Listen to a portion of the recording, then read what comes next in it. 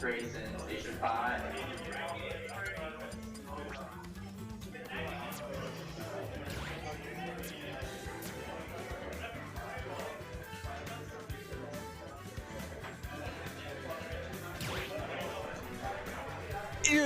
Good evening, folks. Welcome to Wild Smash Wednesdays right here on the POW Gaming stream. I'm your host, Fro. Hope you all are having a lovely Wednesday. I am. My Padres are in the National League Championship Series. Woo, go Padres! That's the one time I'll bring that up all stream. I'll just leave this up here for all of y'all to enjoy whenever I'm on camera to remind you of who your new daddy is. I'm just kidding. But thank you guys so much. If you guys want to follow on the bracket, just hit exclamation point start. Or exclamation point bracket. It's actually start.gg/wild smash for tonight. Troy. If you can hear me real quick. It says super. You're fixing it. Got it. Okay, that's cool. Oh, you fixed it. Awesome. Cool.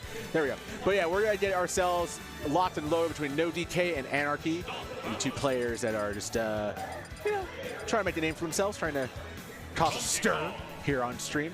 Thank you guys so much for joining us. If you guys haven't done so yet, consider dropping a follow for our stream. We stream tournaments regularly on Wednesdays and Saturdays. Wednesday nights, Wild Smash Wednesdays. Saturdays are Super Smash Saturdays. And we're gonna get right into it. Anarchy rocking the Terry and LOL DK, or LOL no DK, going with the DK. So there you go. It's locked and rocked. Let's go. Start things off a little bit of jockey for position. Nice drift in there by Anarchy, getting the conversion to power down. Tried to up smash there, but man, DK is just like a giant crash test dummy with swords in that case. Nice confirming to the punch, but oh man, knocked away. Yuppie. No, DK able to claim stage. Almost able to claim that stock with the side B conversion to F smash. Not quite able to chase it. He is doing a really good job pestering Anarchy. It's landing. The Anarchy back and forth. These two Titans are ready to tussle back and forth. Slobber knockers back and forth. Let's see here. Just gonna get myself one little screenshot. And that Go meter's online, but no DK just says no problem, no harm, no foul.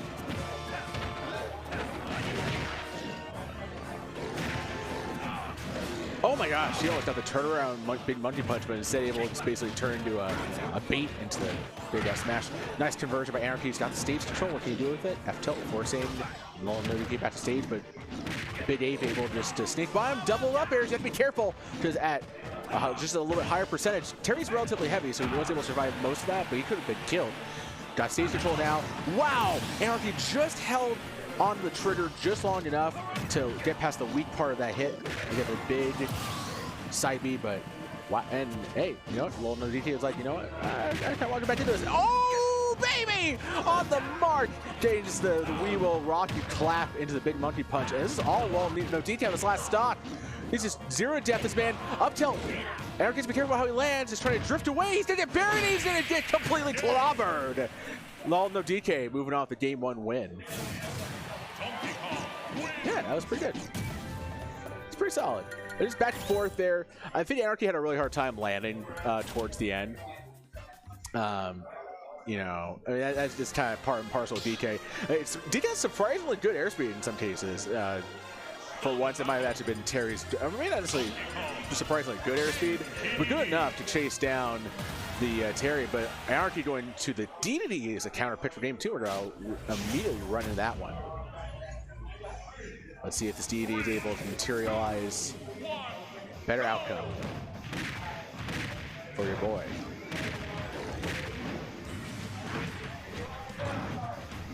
And it's still kind of picking things back up. Yeah, sometimes you think DK's up B is a little bit harder to, or easier to punish, but LOL no DK was like, nah, actually, we're just going for a ride. And there's no immediate punish and able to stuff the Gordo heel, but he went for it. That was definitely an excellent side B spike. Held onto that side B call out a little bit too long. Anarchy is unable to escape the pace that LOL no DK really wants to play here in the early going. Jethammer has armor, but Jethammer has armor. I'm not really sure what the idea was there. Again, using some of these armored up moves. Again, out of some situation. Oh, the knockback Gordo almost enough off Nair of all things from DK, but 166. I think he's basically in touch of death region. And again, long no DK hits Red Anarchy like a book. Big ass smash out there. And things are just coming apart for the Terry King DD co-main. Looking for the mark, and he does! Excellent jump, Jethammer, and Anarchy is like, you know what? I am not out, buddy. Mister. Getting up here, now back to ledge, but these rolls from ledge, low no DKs, absolutely got Anarchy red like a book. Nice step attack variant, you guys mixed up from ledge. DK will make you pay with his ledge trapping. But DD is like arguably like the best ledge trapping character in the game. So, rising up here too. Oh, almost got the mark again, just swiped a little bit too short. And that's the funny thing about DD being so huge that his berry animation, he's gonna fall victim to that up smash, even though he hadn't popped out of the ground. Like Groundhog's Day, he wanted to stay in. Oh, and long no DK surviving the big F smash car. Remember the weekend of F smash? Ah, surprising. Backer here. Low DK go into what works, the old classic. DK goes, oh yeah, dead to rights. Excellent escape the last second by Anarchy. Trying to make the most of his last thought situation, but he cannot kill this killer ape. Barry, fair. Oh, baby! What a confirm, and lol no DK able to make his money. Put the money shot, able to get that up there, and find the win, man. That was clutch. I'm rocking solo right now. Maybe at some point, Brack will get co-caster, but that was a fun way to kick things off. Right here, Wild Smash Wednesdays. Looks like we're getting our next competitors seated right now. So I have to also handle like social media stuff at the same time. So forgive me, folks, for taking my eyes off the camera. I know y'all are beautiful out there. I know you want to see my beautiful blue-green eyes. I have to just enjoy my Padres shirt right now. There we go. And the light. And there we go. Cool. But yeah, just follow on bracket, follow along to hang out. I just got back from Portland. I was at Back in Blood. Got to see POW Gaming's own Monte take second of I think like 280 people. It's pretty neat. It was a lot of fun. Troy had a lot of fun. He was watching along in chat. Yeah, I didn't see that thumbs up. Yeah, man, it was a great time. I enjoyed it. I think, you know, we as a region to try to travel out more and show our stuff. We have I believe Edgeguard coming up, so I think a number of SoCal folks around that. Also, like half of SoCal PR is going to the Ludwig Invitational next weekend, including Marco, who is in-house, ready to compete. If you guys want to compete, every Wednesday we are running this big old bracket down in Pico Rivera at the Cyclotro Play venue. And we would love it for you guys to come and join us. We're trying to grow this tourney series. We'd really like it to be a staple, a fixture of SoCal. And we can only do it with your support. So that support comes in many ways. You can tell people to tune in. You can retweet our tweets on social media. Go to our Instagram channel. Go check out our Linktree page. But that said, we're going to lock it in. I want to talk more about these competitors. These are two buddies of mine, Quick and Nose Hairs, and we're going to get ourselves a good old story fight. As Quick has been adopting the Ike after being a long-time Marth main. He's trying to sell, almost going for an earlier meta pick, which is an interesting choice. Hey, Joseph. Joseph, if you want to do comms, let me know. I need to put co-caster. I know, it's all good. Quick right now. That misspacing and like delayed shield grab option, I felt bad. That's definitely like something I would mistake. But either way, Quick cleaning up his mistakes. Excellent chase down, catching a roll read. Just great option coverage from the Ike main. Late fair, but there we go. Nose Hairs able to strike in. That zap, the side B zap for Hero, is going to be a big decider, and not nearly as big a decider as that crit. Oh, baby! Nose Hairs fighting the mark and bring it home. That is the Hero cheese. That is some fresh mozzarella, baby. And up tilt.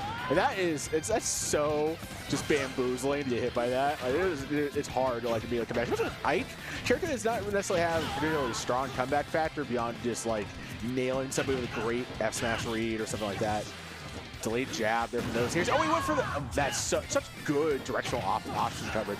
Nose Hairs has been actually grinding a lot on the Wi-Fi circuit, playing in Coinbox. Oh, got the freezing slash, and Quick did such a good job opting to recover late. Just hold his position, just play it calm. And there you go, found the spacing and found the mark. Nose Hairs was just swinging at Ghost, and Quick made a pay with F tilt, but man. That flash downbeat menu just comes up with so many great options. Nose Hair is able to really separate himself from Quick. Stock-wise, it's quite a hill for Quick to climb right now. Late delay back. Oh man, I think he wanted that side B as like a roll read, but really using the full charge to protect himself. Nose Hair is really adopted a very interesting strategy, and Quick is just trying to workman-like his way back into this one. But he's just not finding these like landing arrows to connect. Does get the dash attack though. See what he does. Just jockeying for position. Has to avoid that whack. That was dangerous. That back air, quite toxic. Has Nose Hairs having to just opt for the zoom. Quick. I mean, we've definitely gotten to the point where we have pretty good routes for zooms scouted when you're fighting against that character. And Nose Hairs wanted to just go for some hilarious jank. He got the business end of dash attack for it. You can't do that against Quick. He ain't no joke. Because when you don't take Quick seriously, he's gonna get the job done. Did that back air connect? Nice grab with punish with fair to up tilt. Oof, eats up tilt of his own. I love Hero's up tilt. I find it more useful than his up smash, but I know his up smash is more situational. Actually, just Quick navigated around the up tilt perfectly. Oomph online, which means I believe at about 120, 130, the up throw might kill if he gets one more boost. Shot Accelerado too. But good job by Quick. He just opts for like a very traditional route to just mitigate Accelerado. Wow, nair, up air, almost getting the kill. Another up air.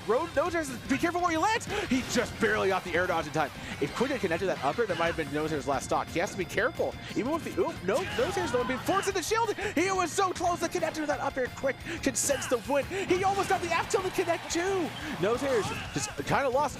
Wow, the full charge side B managed to get past Nose Hairs.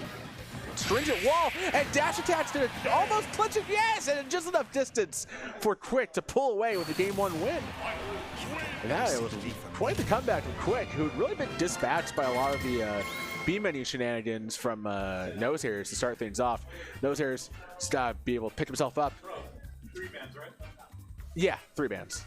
That's 3 bands. We gotta get that printed out. Don't worry about it. Don't worry about it. It's online too. Well, yeah. But that was just really well done by Quick. He's able to flush it out. Nose Hairs just has to kind of not girdle himself. Steal himself. There we go. Steal himself. Just kind of pick it back up. Because for the most part, Nose Hairs had quite the lead. It's funny that like I felt like the game's momentum swapped a lot on whiff grabs. So that was just an interesting turn of events. Just no back air there for Nose Hairs. Quick just intercepting the jump with that rising nair to fair. Avoids fireballs just to keep imperiously dominating the ledge there. Nice F tilt. Nose Hairs force use that mana to get back to stage. Use those match points. Got the Accelerado again. The fact that he has to be able to really effectively use Accelerado to pressure Quick is definitely an interesting sign. Quick's just like, I'm not going to respect that. Nice. Delayed nair, delayed up air. Quick just really wasting what could have been an excellent opportunity for Nose Hairs with the Accelerado. Nose Hairs deploying the Thunder, but Quick finally getting past it for once. Back in center stage now. Chase down. I like that optic coverage. You'd think that like landing fair to jab for Hero would be really good, but Quick just like snuck right in the blind spot on that. Dash shot's good. Give Nose Hair stage. Oh, Quick had to be careful. I think Bane had just not enough travel to land there. Up in the sides, Nose Hairs has to go out deep to land. Nice. That was a really good recovery path by Nose Hairs. Put out some more hero buffs. Late fair, going out deep. Oh my gosh, I love that. And if he just was able to act out faster from the to swoosh, he might be able to punish Quick there. That scramble situation at ledge. Quick retreating to ledge. And this is kind of another story. Is that Nose Hairs hasn't been able to do much about Quick just retreating to ledge with the retreating Aether. There's something that Has to mitigate, and there we go. Nose Hair's taking the first shot, just like what happened in game 1. Able to meet his mark with Bear, but that is a collision. That quick one out, the faster move. Wow, 35 on this man. That is dangerous stuff.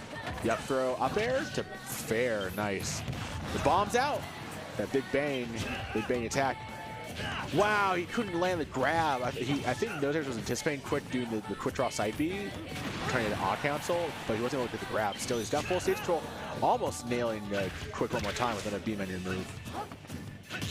Late Fair, and now we're going to see maybe players trading parry punishes. Either way, Quick was pretty safe. Fair, try to double up, get double Fair to work. Excellent, just bait on shield with the up air. It's not, you're not going to get past shield when you land a pure up air like that, but you can get some conversions off it. Speaking of conversions, Quick on one. Look at this. I mean, Nose Hair has got the superstar stuff going on. Quick said, we're not playing Mario Kart. Oh, and again, a quick stock from Nose Hair, and it brings us to another last stock situation. Jab 1, 2, 3 allows Nose Hair to pick up the initial lead. Nice. That is great air dodge catch from Nose Hair. Quick has to be careful. He has to be able to land or play comfortably for a bit. Nose Hair's opted for another buff, allowing Quick to get back.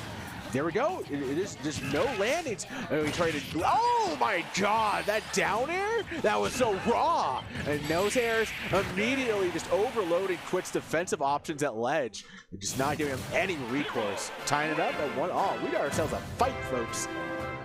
It's a hell of a back and forth between these two players. You love to see it.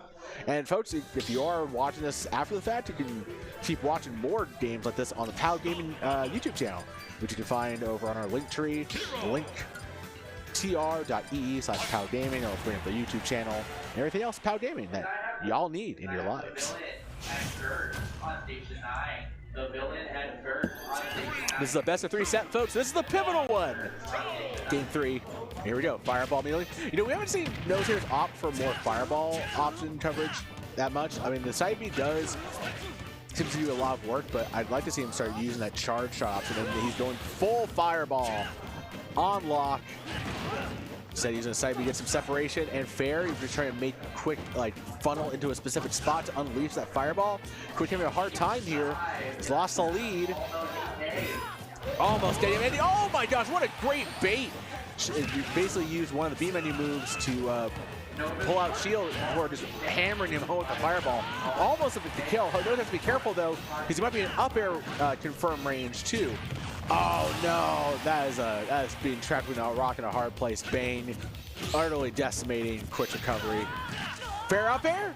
Almost enough to take the stock. Nose Hair's just entering the century mark damage-wise. Getting the down throw, up air, double up air. Tries to get the nair follow-up. Not quite. Quick denies him that. This is for Quick 22 on Quick.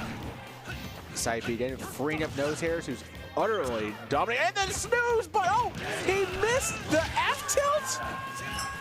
Ah, that first hit of F-tilt. Probably trying to go for S-smash, just not the misinput.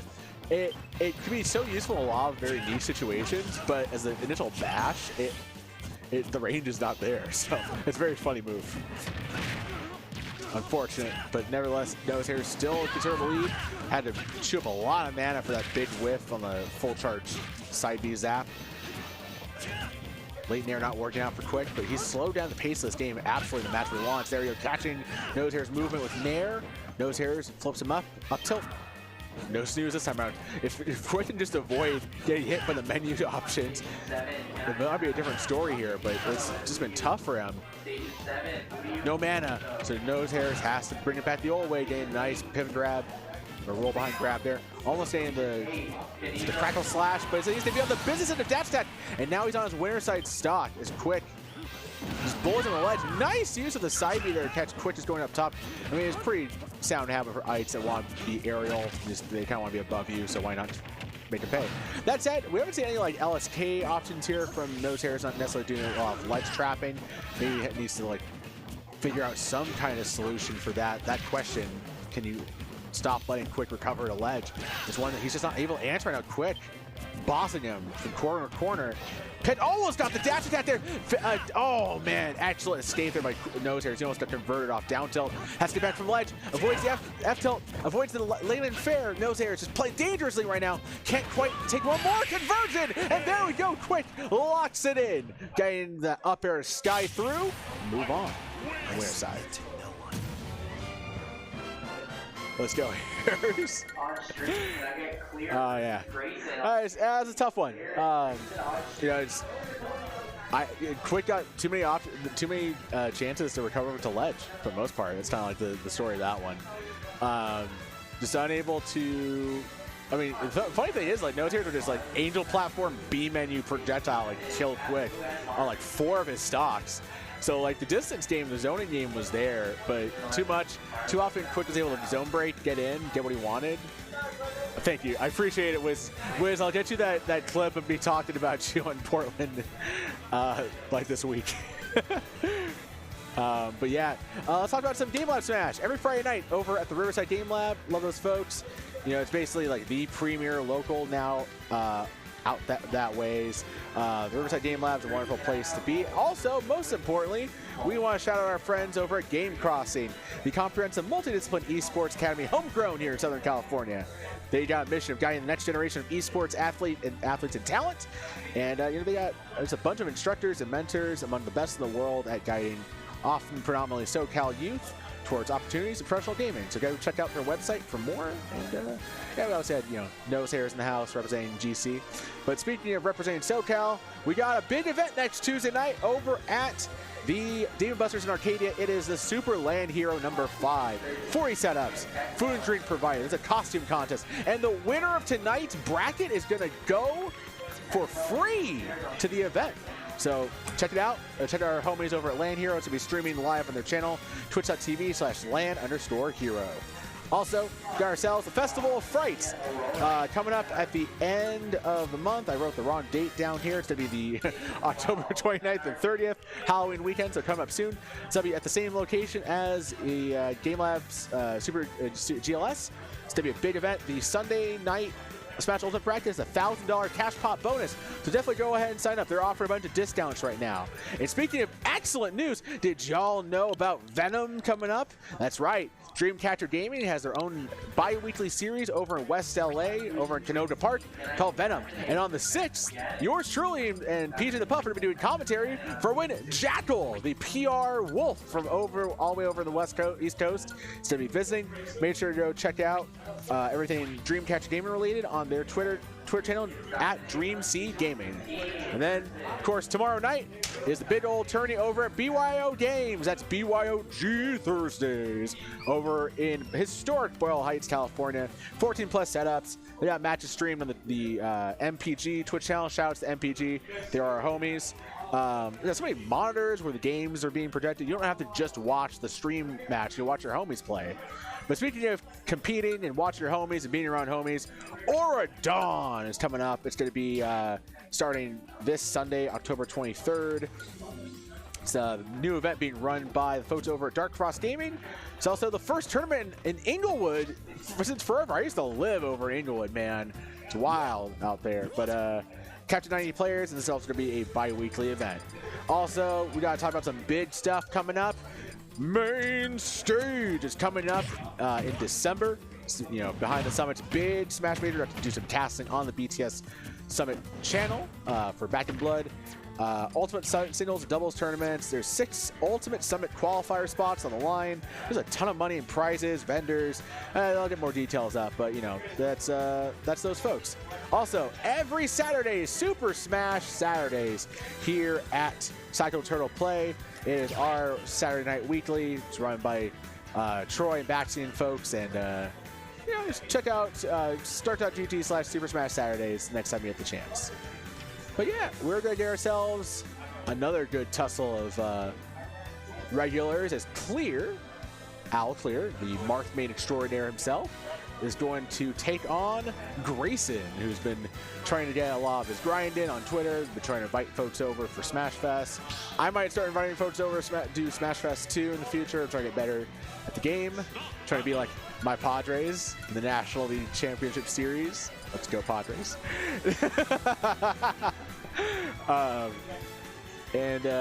Yeah, man, it's gonna be a good match. Grayson's been piloting Zelda for a very long time. I think he's still sticking behind the character. This will be a very conventional Sori versus Zoner matchup.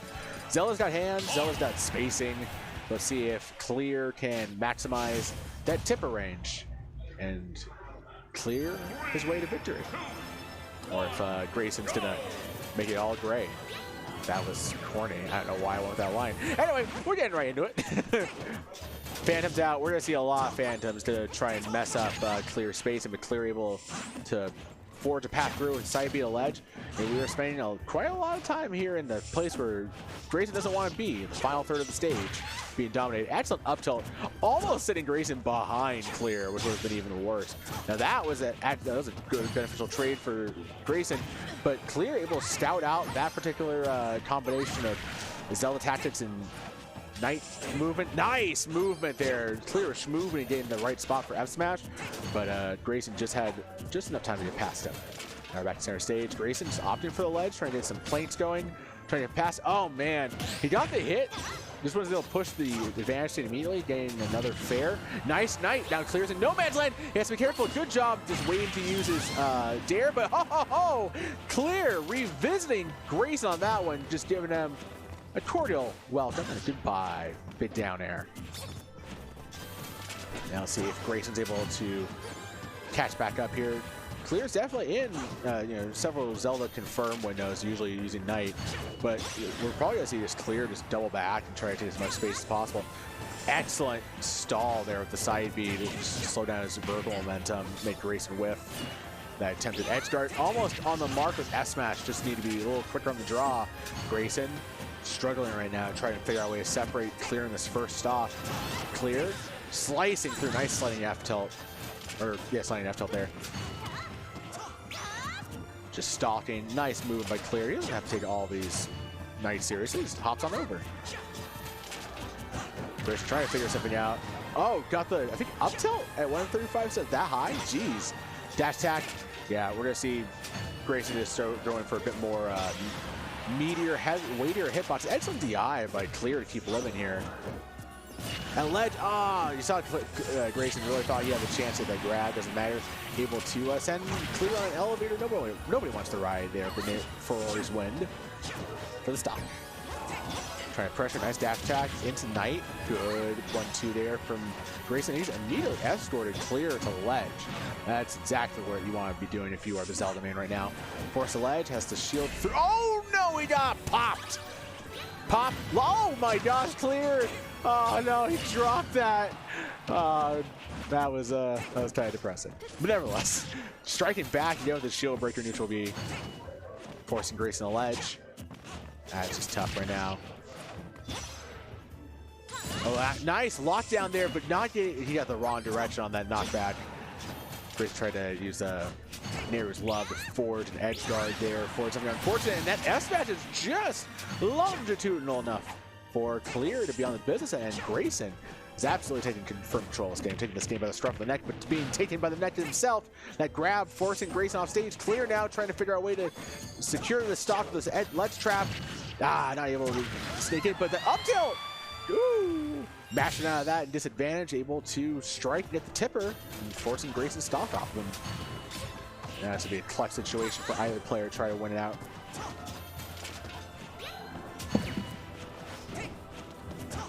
I forgot to put the darn thing in. Not bad, folks. Wait a second.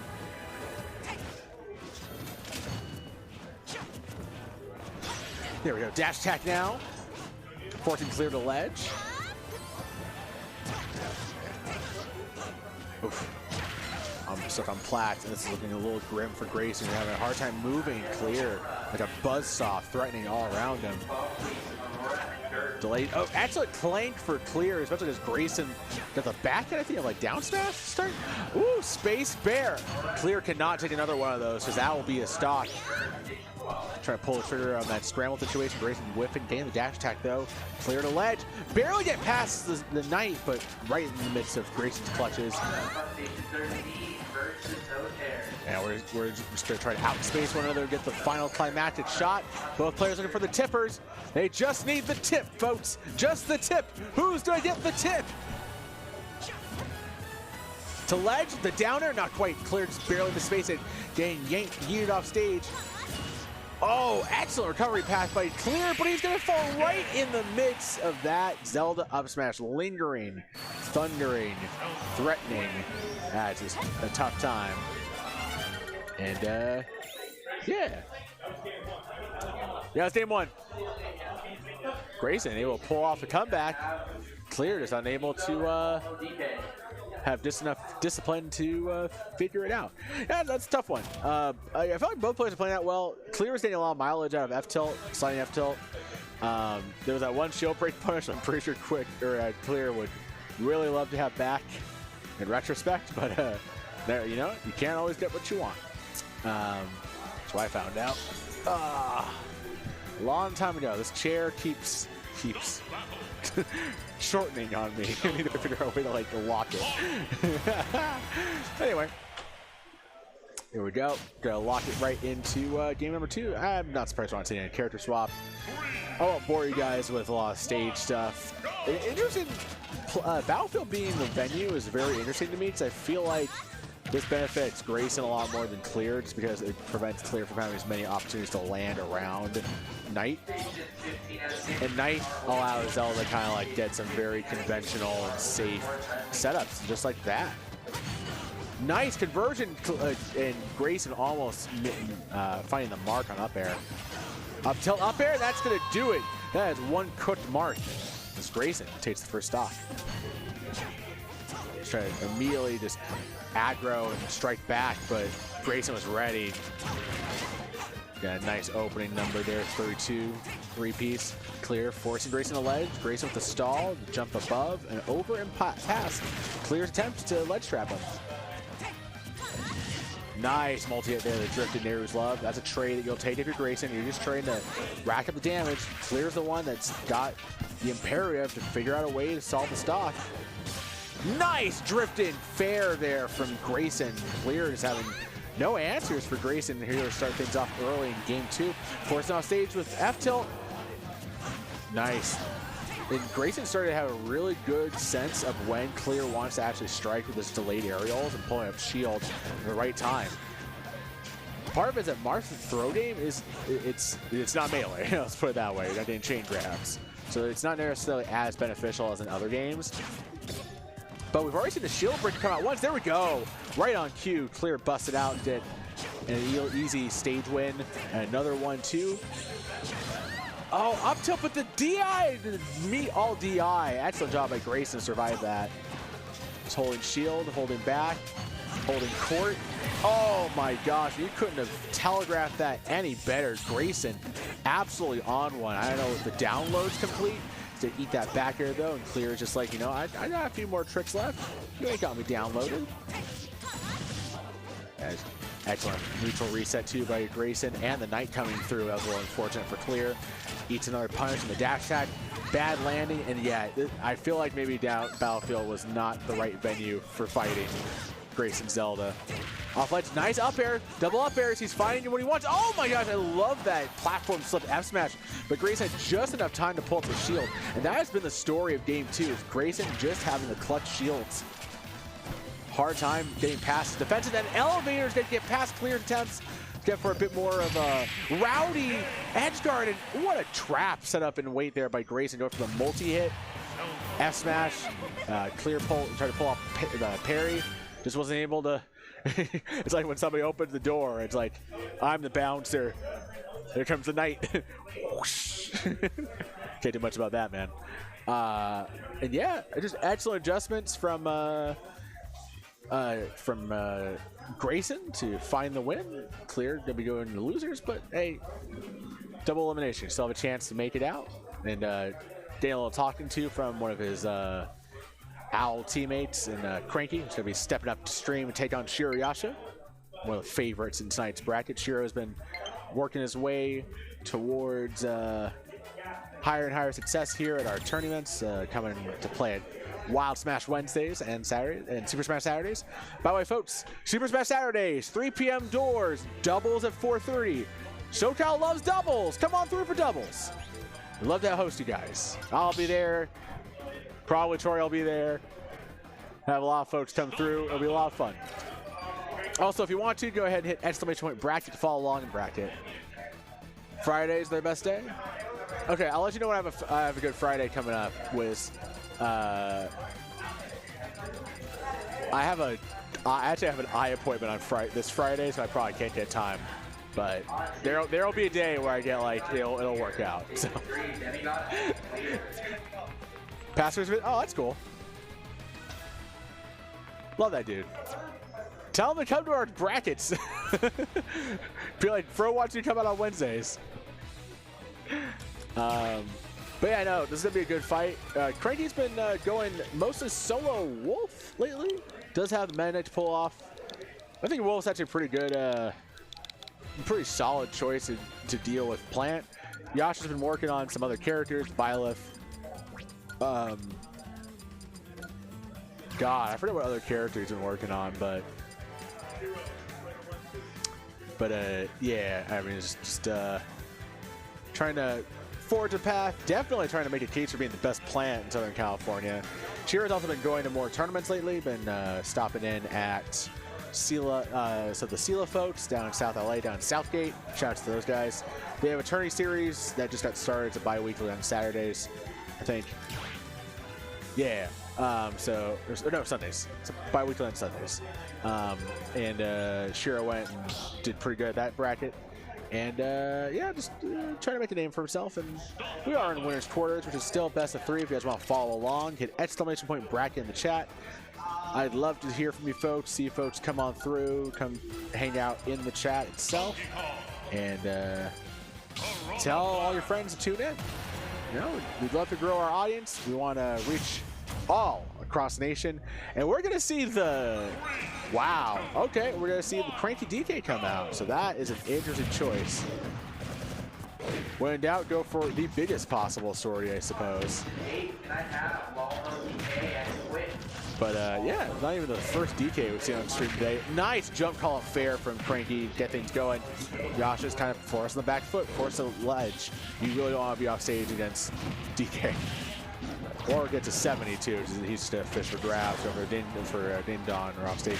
Yasha, oh, what a that nair trade, that little dink was just enough to the stock. That's a good trade too. Whenever you get some 2E damage, you're just gonna take it when you're Plant. Nice tracing around where Yasha wanted to go, but the Din Don just barely avoided. Excellent DI there by Yasha. Nair double F tilt, or like roll F tilt. Another Patui strike on the mark. This is a dangerous Plant. It's a little shop of horrors and Yasha's on the money. Oh, try to strike there. Has to go out deep. What a trade! Is Yasha survived and Cranky can't even help but laugh. There's the off the backboard Patui. That's gonna do him in on that stock. That back throw's gonna do it. Cranky will seize the power of throw iframes. Get past Patui on that one. Yeah, I mean, like, here's the thing, like, DK's advantage stage goes crazy too, so it's not like Yasha's necessarily out of the woods completely, but man, he definitely has Cranky's number so far in a lot of these punishing situations. Just able to avoid, bear, and navigate around to get an F-tilt. Almost gets rocked into the pull-down gravitational force on down B. I try to call out a more aggressive ledge option there with up smash. Train back and forth, Patui's out, nice parry by Cranky. We ran all the way through. The grab, the toss, the ding dong. Oh, he whiffed! Cranky's gonna want that one back. Excellent armoring through that by Yasha, getting the potted Plant down B, the super Plant. Just the right course to get back to stage. I mean, when you're DK, when you're anybody, you have to deal with Plant in his worst state, and Cranky's just not put this Plant back in the dirt. You have to put the Plant in the dirt, and there you go. Tech miss, tech chase. And that is the F-tilt you want, but Patui coming through, and Yasha, they're comfortable. Game 1 win. I think that's a GV1.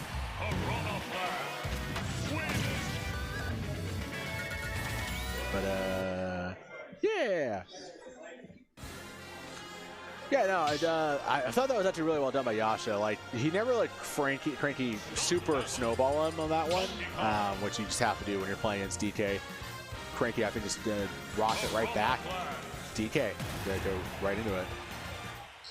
Here we go. Game number 2.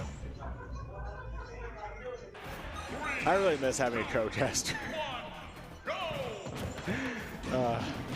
Nevertheless, it's Cranky off with the first successful salvo, getting that downer to jab. Platform pressure, not quite able to immediately capitalize. Gets the back air though. That's really well done by Cranky. Just a couple of excellent reactions, reads, netting him a 50% lead. Oh, he tried to get enough height for the down B, but he didn't be like. Patui goes relatively high in terms of space coverage. And the ding dongs just aren't there. Yasha is picking the right DI route. Cranky's just a little bit out of practice with the DK. Out deep, eats dash attack, or eats the depth attack from Cranky. Just able to avoid the clutches and make Cranky pay with big F slash. Patui's are out, poison gas, drifting to ledge. It's always interesting how the poison gas will always drift to ledge or away from plant. And what an angle for Patui there. Cranky try to like, literally when you stick your hand out to like touch base, and you just get stunned by a rose. This ain't no kiss from a rose.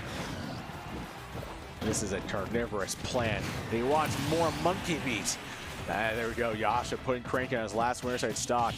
I still think the DK was the answer in this one. I have to go back to the drawing board on it. Nevertheless, see if Cranky can get things going. He gets fended off there. The DI check back throw, and Yasha didn't fall for it. Excellently done there by the plant main. This is a white plant. It's telling you to dress for a funeral if you are Cranky, because you are going down. There we go. That's gonna do it. A little awkward pause screen from the Pro Controller aside. Yasha with a convincing 2-0 on Cranky. Yeah, it's the DK was a choice. I don't know what else to say about the DK. But nevertheless, we're gonna get ourselves another POW or another Wild Smash Wednesday Classic. We're gonna get Volt and Marley tussling on the other side. Either winners semis or winners quarters. And while we have a moment of your guys' attention, want to shout out, of course, Game Crossing. You can begin your family's esports education with a helping hand towards a brighter future with Game Crossing. Also, again, got Superland here on Tuesday. Tonight's bracket winner is going to be going for free. They're going to be at Dave & Buster's in Arcadia, and also a special guest, CV Smash Mods will be there in tow for doing all your controller modding needs. So if you need a controller modded, there you guys. I love CV Smash Mods too, but go check out Superland Hero. Also, Festival of Frights, aka Festival of Fights Halloween Edition, out at the Riverside Game Lab.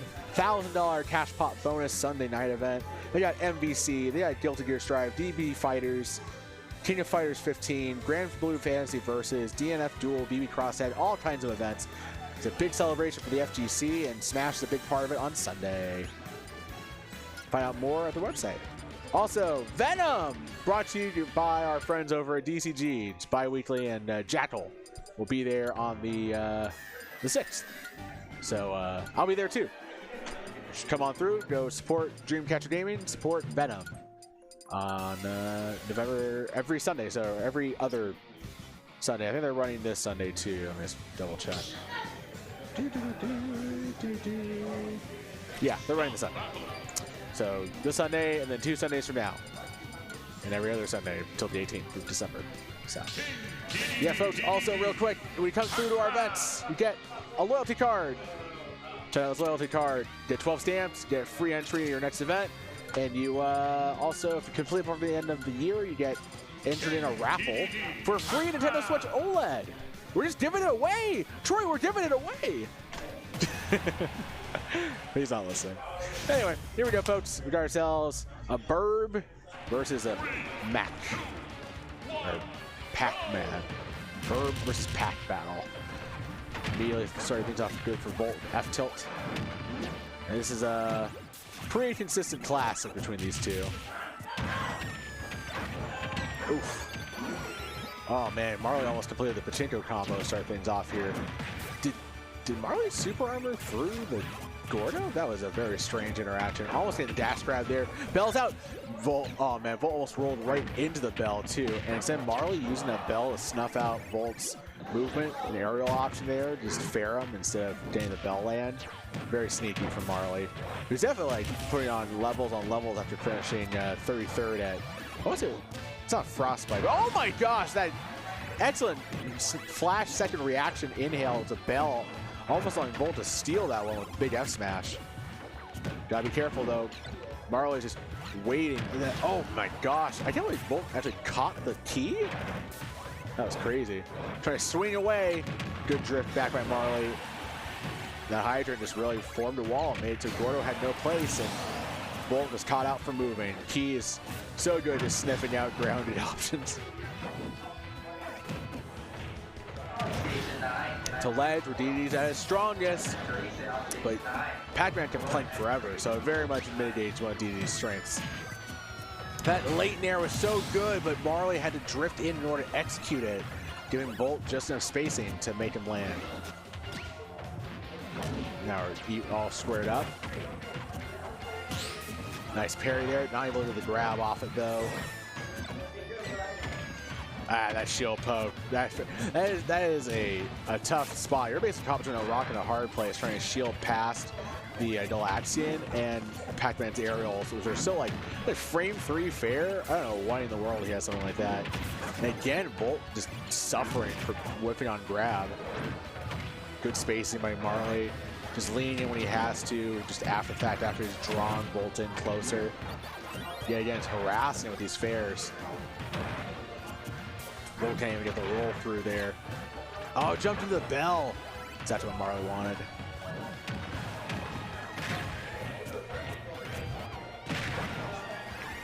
I think the big problem is that Volt just can't get within like standing grounded distance of Marley without getting a projectile in his face. Almost be able to strike that up air. You just saw the arc. Instead, Marley with a Z drop. That's wild. Kicks Gordo right back into Volt's face. Marley will play around Gordo so well too. He's only gotten really caught with his pants down like once.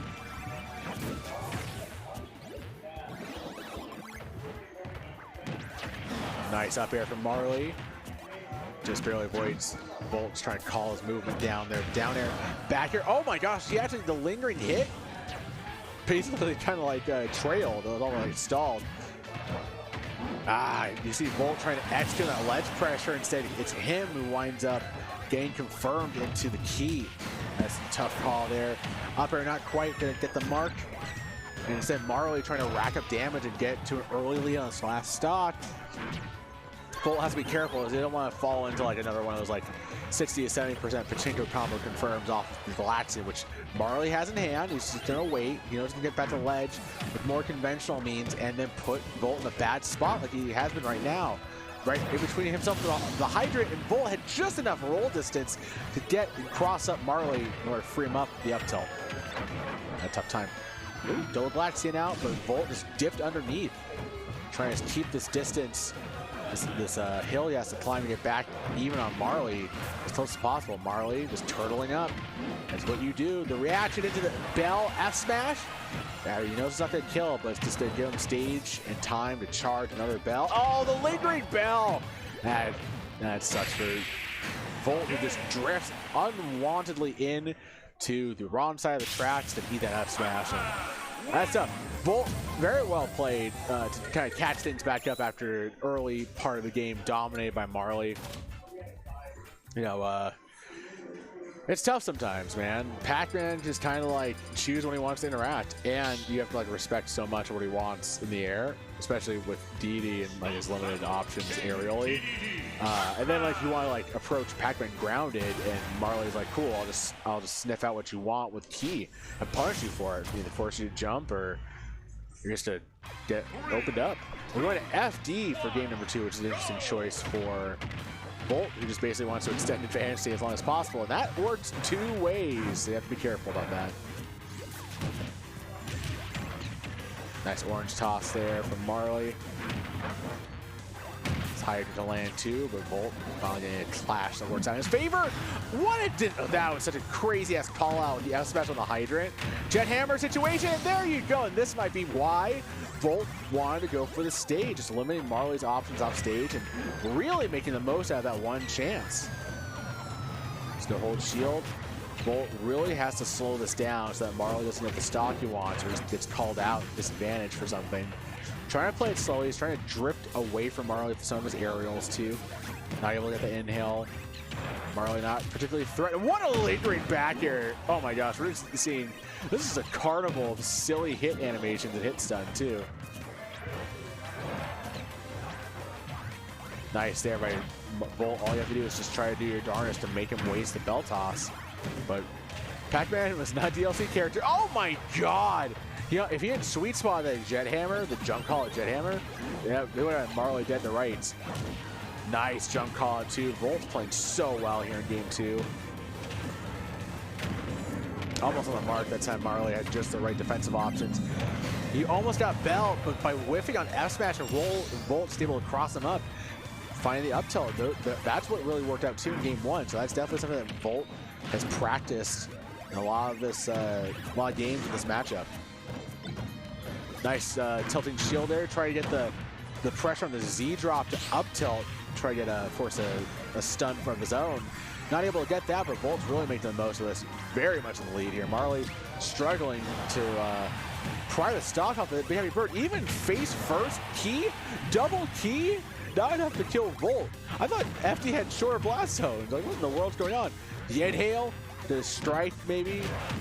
Nice. That was an excellent decision making on the up tilt there, or up smash there, to strike at the Hydrant. Another inhale. Avoids the key, makes Marley have to go back and charge yet again.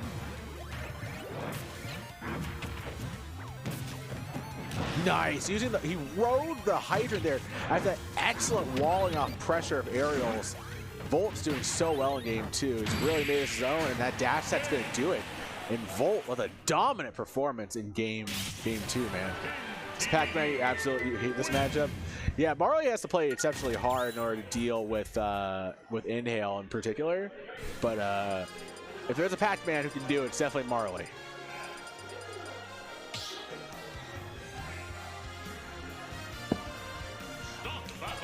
I wouldn't be surprised if this is game 5. So, but yeah. Got rocked right back into it. Folks, if you guys want to hit up chat, I don't have a co-caster tonight, so I'm kind of by myself, so I'm more than welcome to take suggestions and thoughts of yours in chat, talk to you guys in chat. They'll help me out with cast this match. If everybody's watching us on YouTube, sorry for that being awkward. Nevertheless, Town City is the venue for game number 3, and Marley's really kind of open shop. He's opened his account, put 58 on Volt. Harassing with these fairs, taking full stage control, the jump call out fair. I feel like that fair does almost everything for Pac-Man. Does his taxes, picks the kids from the store. It's like it's the Karen of forward airs. Nevertheless, Marley, he tried to go for a reliable cycle of options there, and Volt just broke it by just maneuvering in between the Hydrant to get the inhale. And now, just trying to figure out that landing. And once Volt can figure out where his back airs are supposed to go, I think it's going to really change the momentum in a lot of their games. Because he just can't, he can kind of threaten it, but I feel like Marley doesn't really need to respect his back air so far. Oh no.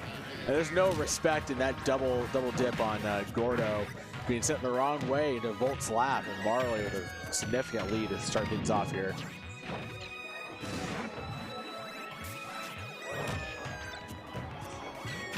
And see, even though he was able to force the delayed back air onto Hydrant to get full stage control with the full FD stage, Marley just dipped back and then immediately punished his landing. And it's hard for a bird to get in on this devious yellow man. Oh no, got shocked, hit by the bell.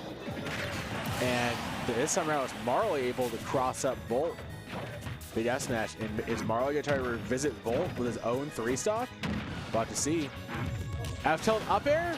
Excellent DI by Marley, and the fair to deal with Gordo. Look at this disadvantage drift, but oh no!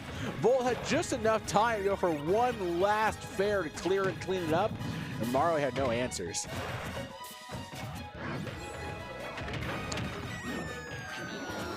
Volt just trying to secure this ledge. Marley, he had the roll there, but wanted to go for the full charge, wanted to get key or I want to say Galaxian apples out, but Volt was ready for that in defense. Drift back Gordo, really doing numbers here when Volt can catch Marley a little bit unawares. Up air sequence there, turning Pac-Man to Geel. That's a nice reversal from Volt, but he can't deal with the Hydra. He has to be careful about his landing. Nice traps up. Oh, the bell! Oh, it just delayed him. That was like the buzzer beater. Marley able to take that. That was such an excellent trap with the roll read and setting things up for the mistech. There was no escape for Volt on that. Just frame perfect.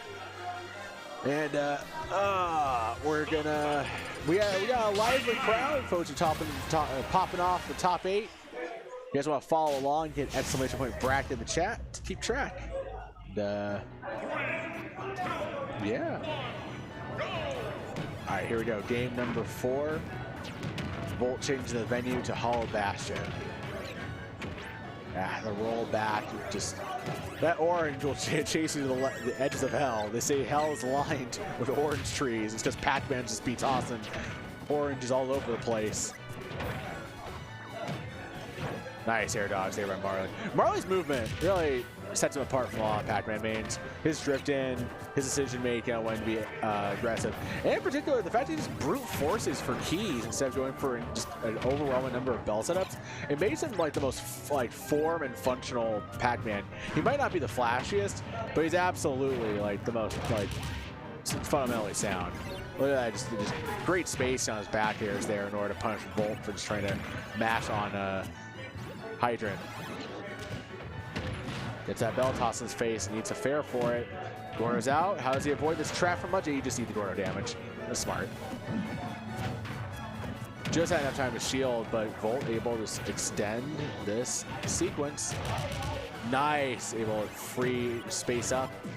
Take care of Hydrant. That dash attack was just a few seconds too early, and he's going to pay for it.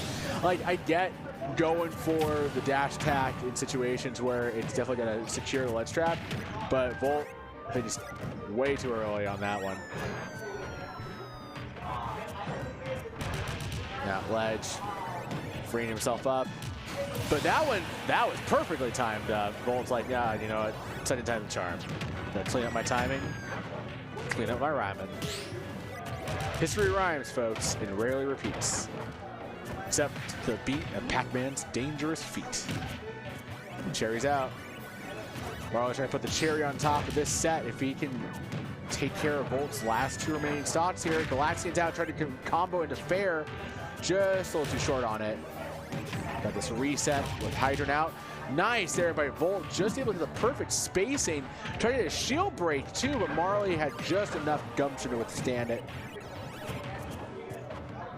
Volt has done increasingly more success with spacing his options into Hydrant and F-tilting past it. Nevertheless, Marley is like, you know what, I don't need to call the water department on that one. I can take care of your stock without getting a little wet. The ledge trap, the double hit, and not enough. Marley, only 85.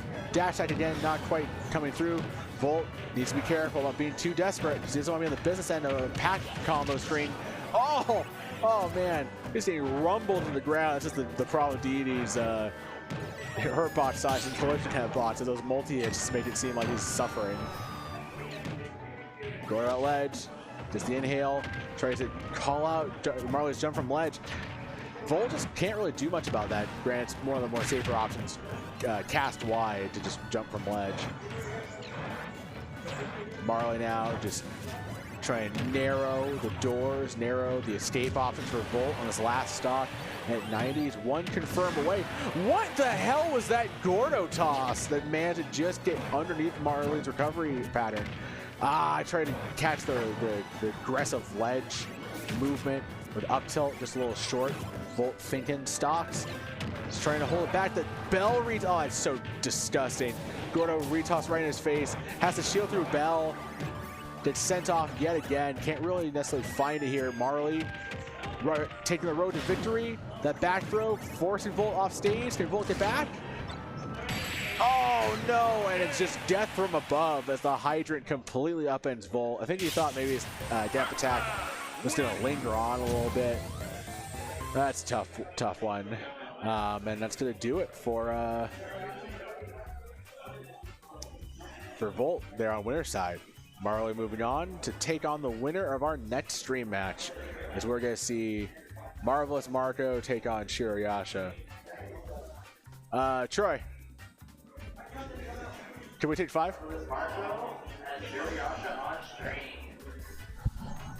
All right, folks, we'll be back in a minute. I just want to take 5 to relax for a minute. Thanks.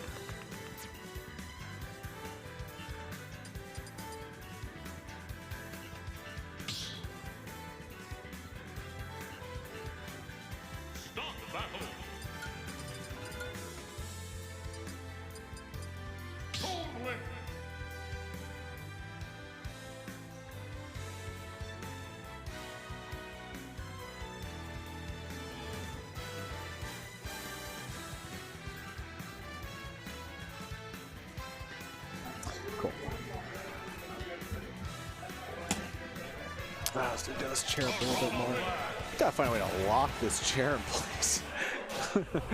Anyway, here we go. Shirayasha, Marvelous Marco. Marco, as mentioned earlier on the broadcast, is one of, I believe, 64 invited players for the Ludwig Invitational Tournament. It's going to be all on YouTube as part of the LCQ. To have a wonderful time taking on some of the best in the world. Everybody's converging on Vegas for that giant invitational event. Yasha, we've seen on stream already. Definitely give cranking business end. And last time these two fought, Yasha took Marco game 5. So let's see if we're gonna get ourselves another epic clash at ledge. Good parry by Marco, and he was able to chase down Yasha's attempt to get away from them and recover safely. Nice space into the F tilt, almost getting the rising up there to catch Yasha's landing. Tech chase jab. Yasha had to go for that desperation dash attack, but Marco was ready. Forcing his shield out with Boomerang, trying to sky underneath him. Instead, it's Yasha who's able to get another one off the backboard, and Marco caught with his pants down. The lingering nair. It might not be very strong, but has enough multi-hits and enough knockback to send you into the stage spike, but Marco just gonna surf the skies like he's playing Wind Waker with that Rising Hero spin up B at ledge. He is so fond of going for those kills in order to prevent players from getting the ledge. They're doomed in particular, and plant recovery is so bad, you really have to take advantage of that. Chasing down here, late air dash attack, nice by Yasha, force the poison cloud, but Marco just scoots on right by. Nice, just decision just to wait for it to waft a little bit and force Yasha to think twice about his movement. Space back, F smash, Marco trying to complete his ledge trap. Excellent tech by Yasha. Oh man, Yasha thought he had the right route to get back and keep on living, but Marco had him dead to rights. Excellent job there. Oh! Yasha, that was sweet. Able to use the armor on the down B to get past through all that array of projectiles. There we go, using up B offensively in close quarters to free himself from that neutral reset. But Marco bouncing him around. You have to be careful about just falling right into the next follow-up after Boomerang. If you're Yasha right now, you're at 78. He autopiloted that combo sequence, trying to land late nair to the full multi-jab sequence. Didn't quite work out. But this end up grab. Last stop situation for both players. It's close. Nice jab, 1, 2, 3, and Yasha, I think, was trying to anticipate the throw DI, and so allowed Marco to get a follow-up. Nice spot dodge to the down smash, just not enough range. Yasha let go of the down B in time, thinking Marco was going to jump and respond to it. Double bomb into the hero spin, and just enough air time. Marco emulating Air Jordan to take that win and cleared to the skies up B. Yeah, it's really good. You know, I might just switch chairs. Yeah, I think I'm going to do that in a minute. Let's try to do that. Whee! Folks, I hope you're all enjoying yourself this evening. I am myself. Have a great time. My Padres are in the League Championship Series. Hopefully they haven't done anything embarrassing by the time this gets up on YouTube. Anyway, game number 2.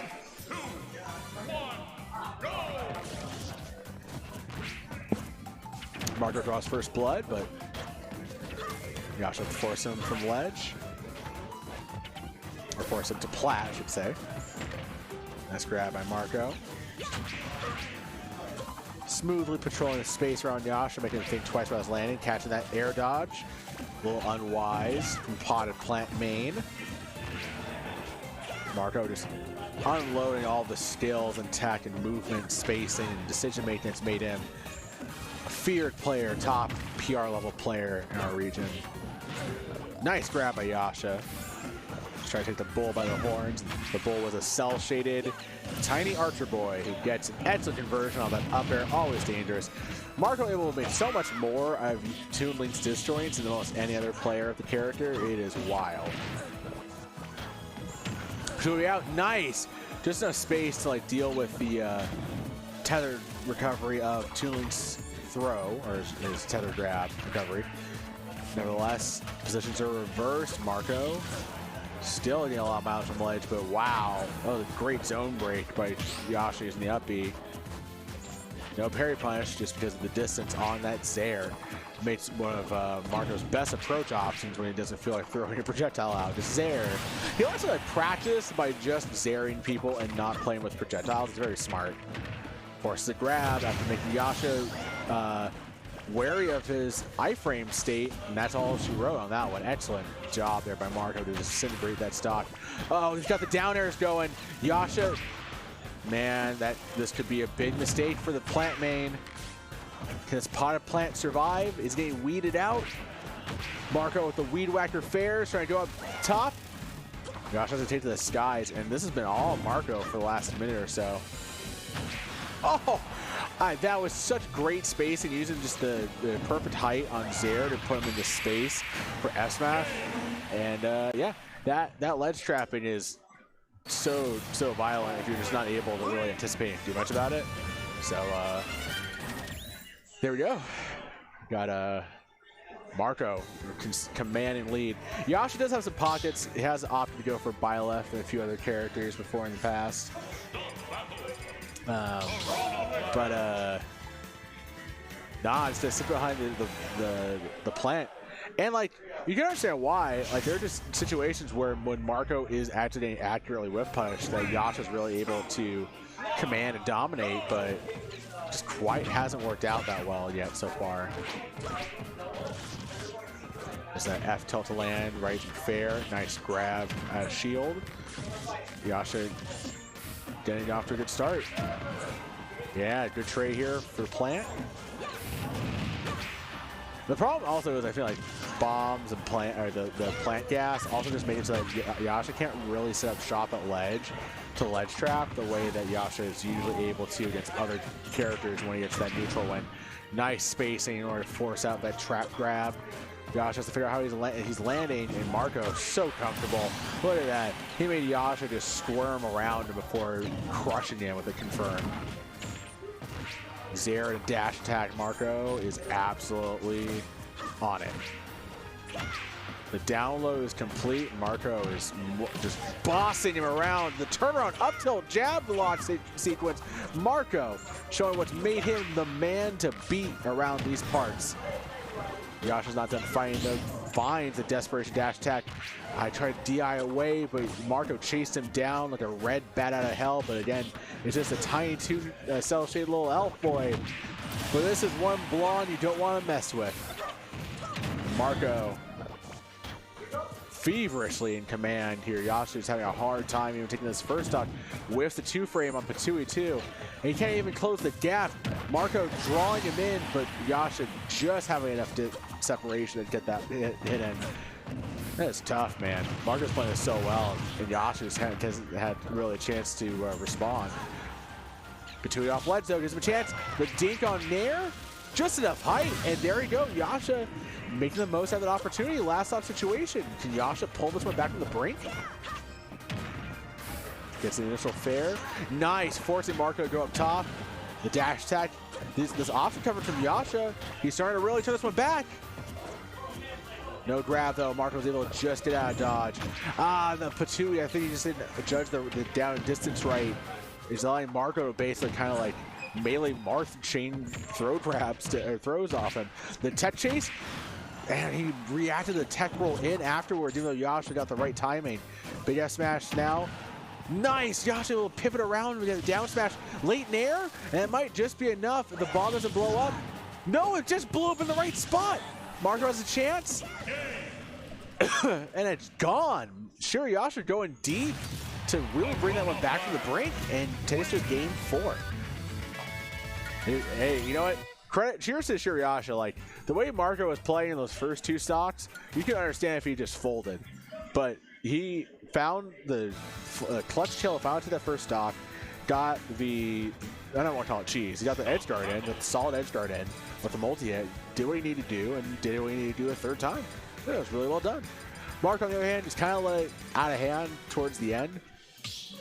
Kind of going into, I mean, there was really a lot of like read and react stuff going on there, especially on stage, but, you know, has to clean it up there in order to avoid that fate happening again in game 4. Here we go. Yeah. 3, 2, 1, go! And Marco on the board to start things off. And you see Yasha trying to chase behind Patui in order to punish Marco's landing, but Marco's ready for it. A lot of Marco's jumps are they're strategically in mind. It's just Plant has a hard time covering a lot of options. He usually has to narrow it down to 1 or 2. The left tilt, he can't do much about that second hit on parry so quick. That Plant having, I feel like, a frame 3 jab. It's crazy. Oh, excellent defensive play there by Marco. Not letting that bomb blow up in his face. The last down hero spin, sending Yasha back out again for another ledge trap. Can the Plant survive? Can he get past this bomb? Air dodge to ledge. Woo! That was just close enough. Yasha still persevering. Eats dash attack again. Lingering up air. He couldn't even land in shield in time.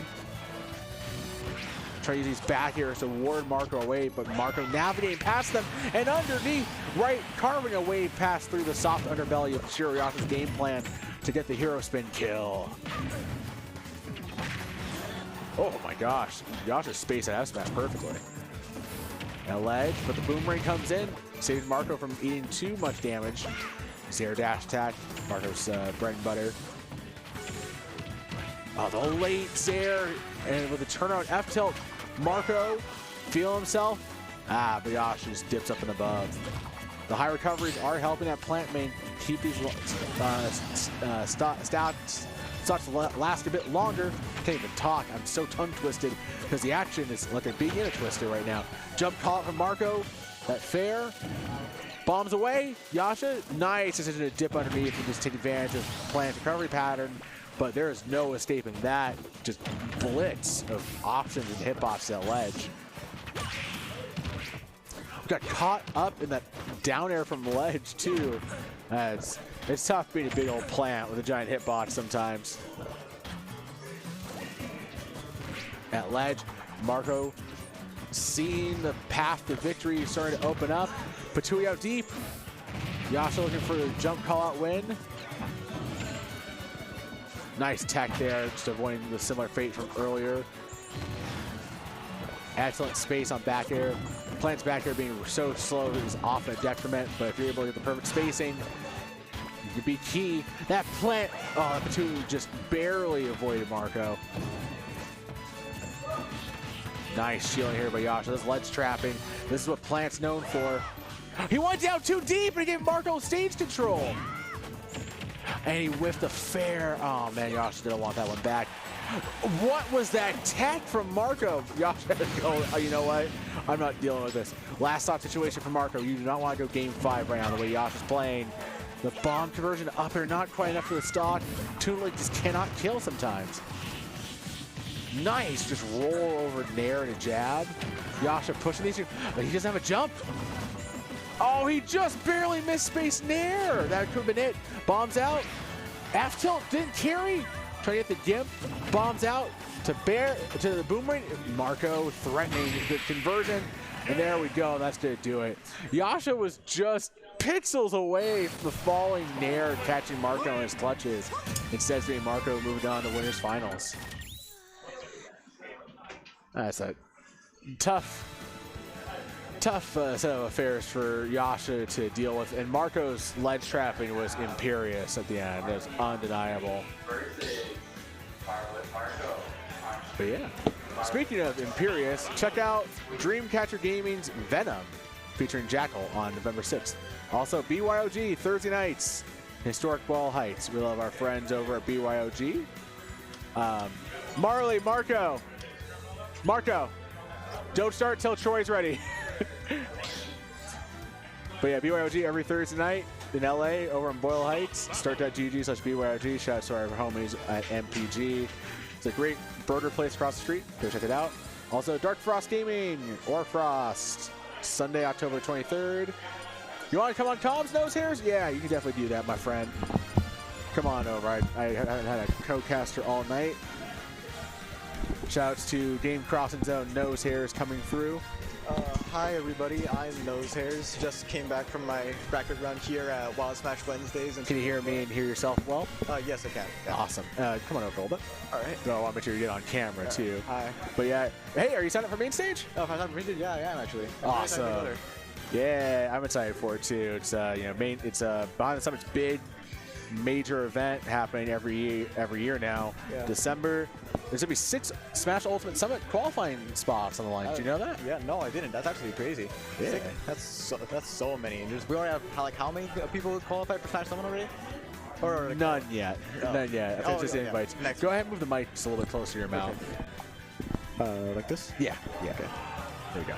Are you gonna be here on Saturday for Super Smash Saturdays? Probably, maybe. Yeah. Maybe. We got dubs. Oh, that's actually super hype. People are in SoCal are always complaining about having no dubs on Twitter. I know it says doors open at 6. It's actually 3 o'clock for doubles at 4:30. So yeah, you better get here if you want to get through doubles early. Yeah.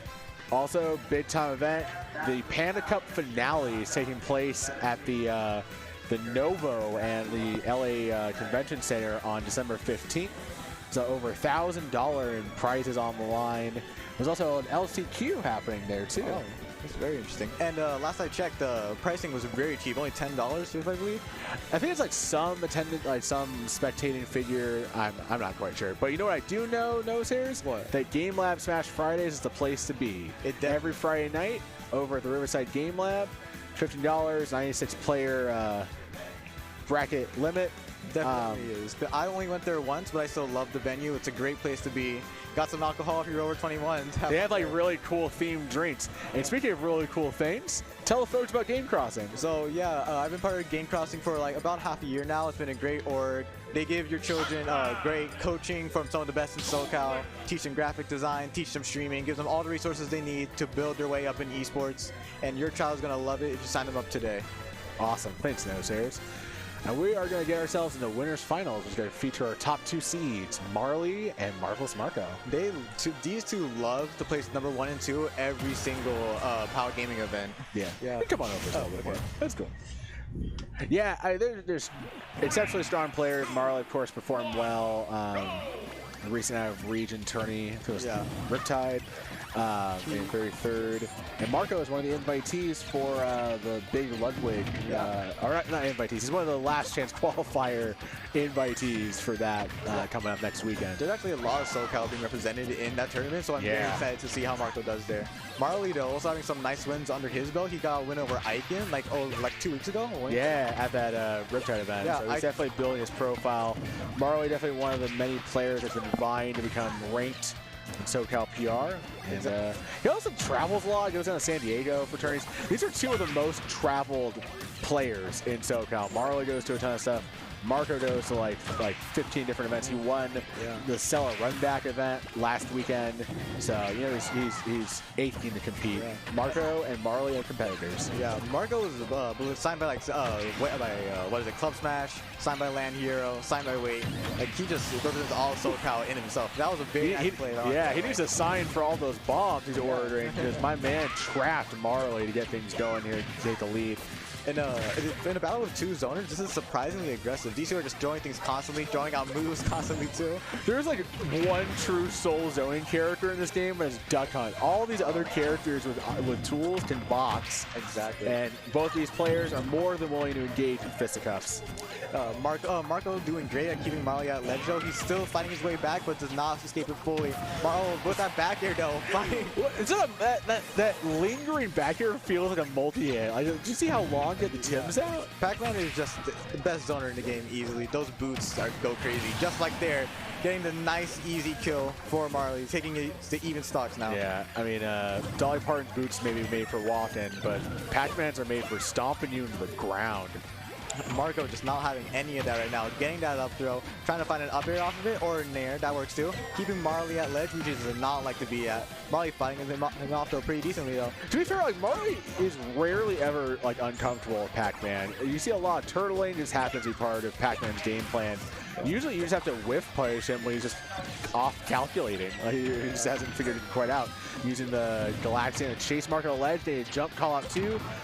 Good navigation by Marco to get past all those aerials. What I've noticed about with my friendlies and Marley is that if you're able to force him to not be able to play his own game, he really struggles, which I'm able to do because I can just cast bounce his hero. Yes. That's a cheat code. It's a character that centralizes around a projectile like Pac-Man. Unfortunately, Marco does not have any bounce at his disposal as he gets. Are you sure? Just the height on that up air and how long it lingers. I wonder. Exactly. Have we checked Younglane's kicks for springs? Exactly. Young Link just like low-key cheats. Marco calls him honest, but no character in this game is honest, especially not any of the links. All right, what are we going to see here? Another bomblet trap? Yeah, he forces the 2-frame just like that and no escape from Marley. Very impressive setup from Marco, getting that great easy kill confirm on Marley, taking this game 1 in his favor. Yeah. And that's kind of what we're going to see back and forth between these 2. The difference might wind up being what Marco was able to do in the air. Because while Pac-Man has excellent aerials, and often Toon Link mains will complain about just how like lack of range they have with their tiny toothpick sword. It all boils down to spacing, and Marco has excellent spacing. He does. He's also really good at keeping Marley at ledge, which is the only time you've seen Marley struggle very much this entire game. No, the last previous game. Let's see if I can keep that up, make this to game 2 go his way to as well. Gonna see a Marley hitting Marco's shield, getting an up B out of shield in return. Yeah, he's basically forced Marco to the final third to start things off here. But that bomb's gonna free him up. Marco looking like he's just waiting for Marley to do something so he can create his own openings. Marley just kind of struggling. Oh, it's definitely like a case of like who's gonna blink first. Yeah. in a battle of two zoners, whoever can camp harder wins usually, and Marco just doing that very well. Marley just chasing after him as Pac-Man, who isn't really the fastest, throwing out a smash attack in neutral, just trying to find any desperate answer. So that seems like it was neutral, but he was trying to check to see Marco would tech in. Oh, that is very true. Yeah, or I just go for a panic. He was baiting him to go in. So that was sound. I guess like almost a sound as Marco's counterplay to Hydrant going behind him. Because if Marley had tried to like escape to Plat, he would have gotten hit by Hydrant. That is crazy. A very smart, knowledgeable play from these players. That's why they're ranked better than I am, because I don't have that kind of awareness.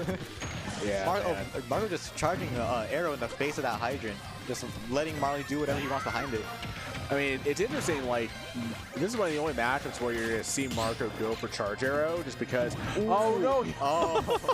That well connected. Yeah! He gets something off the down smash on the Hydrant, extending its hitbox, making it much easier to connect. Yeah, just very sweet spotted there by Marley. You can see in there. Marco Out deep! Looking for a fair. He does not get it though. That uppy though, that's going to do it. Now we are at even percent, even stocks, anyone's game right now. It got caught up in the torrent of hero spin. Marco just loves going for that. He's making a giant wall, making it even impossible for a character like Pac-Man to recover. Let's go high. Yeah, Pac-Man definitely has one of the best recoveries in the game, but yeah. Marco very much making it not seem like that. He's making mincemeat out of the second stock currently. Trying to chase down Marley with that fair. Both players just trading aerials. That's to be the name of the game, man. We're gonna see a few bombs trying to drop on Marco, a down air, into what we're gonna see an up air potentially. No, we're not. We're gonna step back into neutral. He's just dropping hitboxes down a shaft. Yeah, this is just a matchup of throwing things all over the place. And usually below. Yeah, that's the funny thing about it. You're gonna see a stray back there, not getting anything off. Wow. Look at I love that decision. That's definitely matchup knowledge from Marco, able to clean up the up smash there as well, attach the jump. But the decision to make that up tilt, hit Hydrant in that perfect spot to make Marley have to drift in further, that's definitely Marco. That's the intelligence and that is Marco at work. That's the awareness we love to see here at Wild Side Fun Days from these great PR players. The bell! Woo! Nice On the kill. mark. Yeah, man, you can't give Marley a chance like that. He rarely misses. Getting a nice neutral get up read. We're gonna see a few. That was the strangest path I've seen a Galaxian go in a very long time, man. We're gonna How deep? Oh, he rode the wave to get further in close with grab. That's so cool. Hydrant seems to be more helping Marco than it is Marley. And Marley has to be very careful about how he's deploying Hydrant. We're gonna see Marco trying to just looking for a kill right now, charging that F smash, looking to extend it with the Hydrant, not getting it though. Yeah, Marley, you gotta be careful. He's one confirm away from losing this last stock and going down 2-0. Marley just wants anything to keep Marco off and keeping these nairs, these down airs, any safe move he can throw out to potentially make it. Oh, he's still living. Man. How does Marley escape this ledge situation though? He does not want to be here. Oh, that yeah. hero spin is gonna stop from making him back at all. Great play from Marco. That was wild. It was so wild. We got production going to the win streak immediately. No, shout out to Troy running things behind the boards. We love you, Troy. Troy's quite dapper. Yeah, he's very, very dapper. Yeah. But yeah, no, that was just really well done by Marco. Marley could not necessarily play his game as much as he wanted to.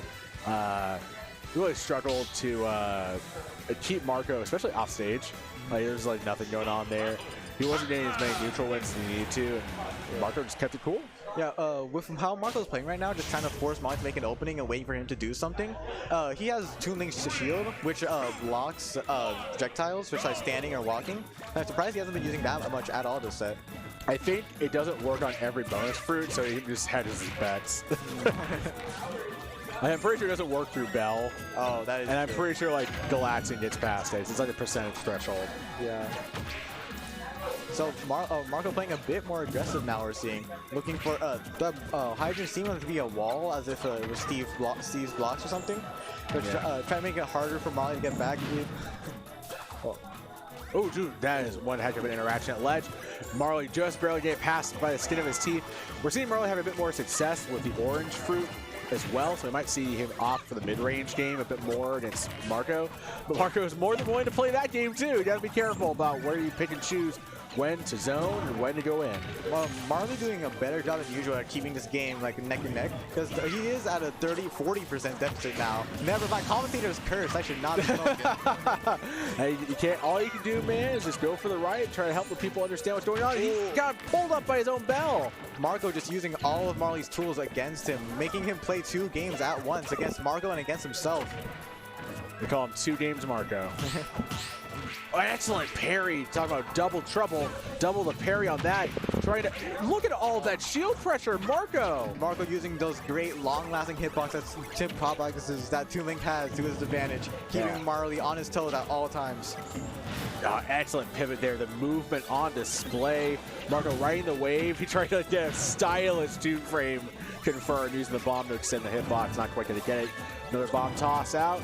Marco just being able to throw things past this hydrant kind of makes it a non-factor for him at ledge ever seeing. Which is fine. Marley doesn't necessarily need the hydrant to work perfectly all the time, but it's definitely not doing any work. He's just like, he's on the bill with the phone company like, I pay the waterworks department so much money, why are they not doing their job? And he only got a back throw from Marco in return, making him down 2 stocks. Awful trade. Marco is at kill percent, but can Marley even find a hit he needs? He tried to toss the apple down, but Marco just drifted past it. Bomb confirmed to up smash. This is looking very bad right now for Marley. Can't seem to quite get off the back foot against Marco. That back throw not being able to get that stock that Marley still doesn't need, but that down air definitely will. Those Tims are very dangerous. Yeah, they're active, baby. Just able to make something happen, but Marco making magic happen with the Euro spin. On a smaller stage, that definitely might have killed. Yeah, or more closer to the side stage there. Oh, that bomb actually freed up Marco from being caught by the tornado. Marley able to get something going for him right now. With that F smash read. That's one way to deal with Pac-Man's fair, man. Just destroy an F smash perfectly spaced. That back air's gonna do it. Marco clinching it out and riding the wave in style to move on to grand finals. Very clean 3-0 from him we're seeing, yeah. Marley just not being able to play his own game. No, man. That was tough in those areas. Like, you can see that Marley would want to try to set up, and Marco would be like, you could keep trying to do, like, this is the definition of insanity, brother. Yeah. You're trying to just do the same shit over and over again. The struggles of people who don't have bounce. Like, if you, the viewer watching, you should consider picking up Hero. You will love it. You'll have a lot more fun that way, too. Yeah. But looks like we're going to get ourselves, it looks like winner or loser semis coming up on stream next, I believe. Yeah, we're going to be seeing 2. Darn it. There we go. Yeah, we're going to be seeing. Yeah, Volt and Shirayasha tussling for loser semis, which 2 is great. of SoCal's best unranked players. Shirayasha taking a lot of top players to Game 5 last hit. He's reaching that ceiling of him becoming ranked himself. He's looking Demon to last hit. He's looking Marco to last hit, who he might have faced. Wait, when did he fight Demon? He fought him last week at Uptown Smash. Oh, awesome. Yeah. He took him to last hit because it seeming that like he's just a great knowledge check person because he's like the only plant in SoCal. Yes, he's the only plant in SoCal.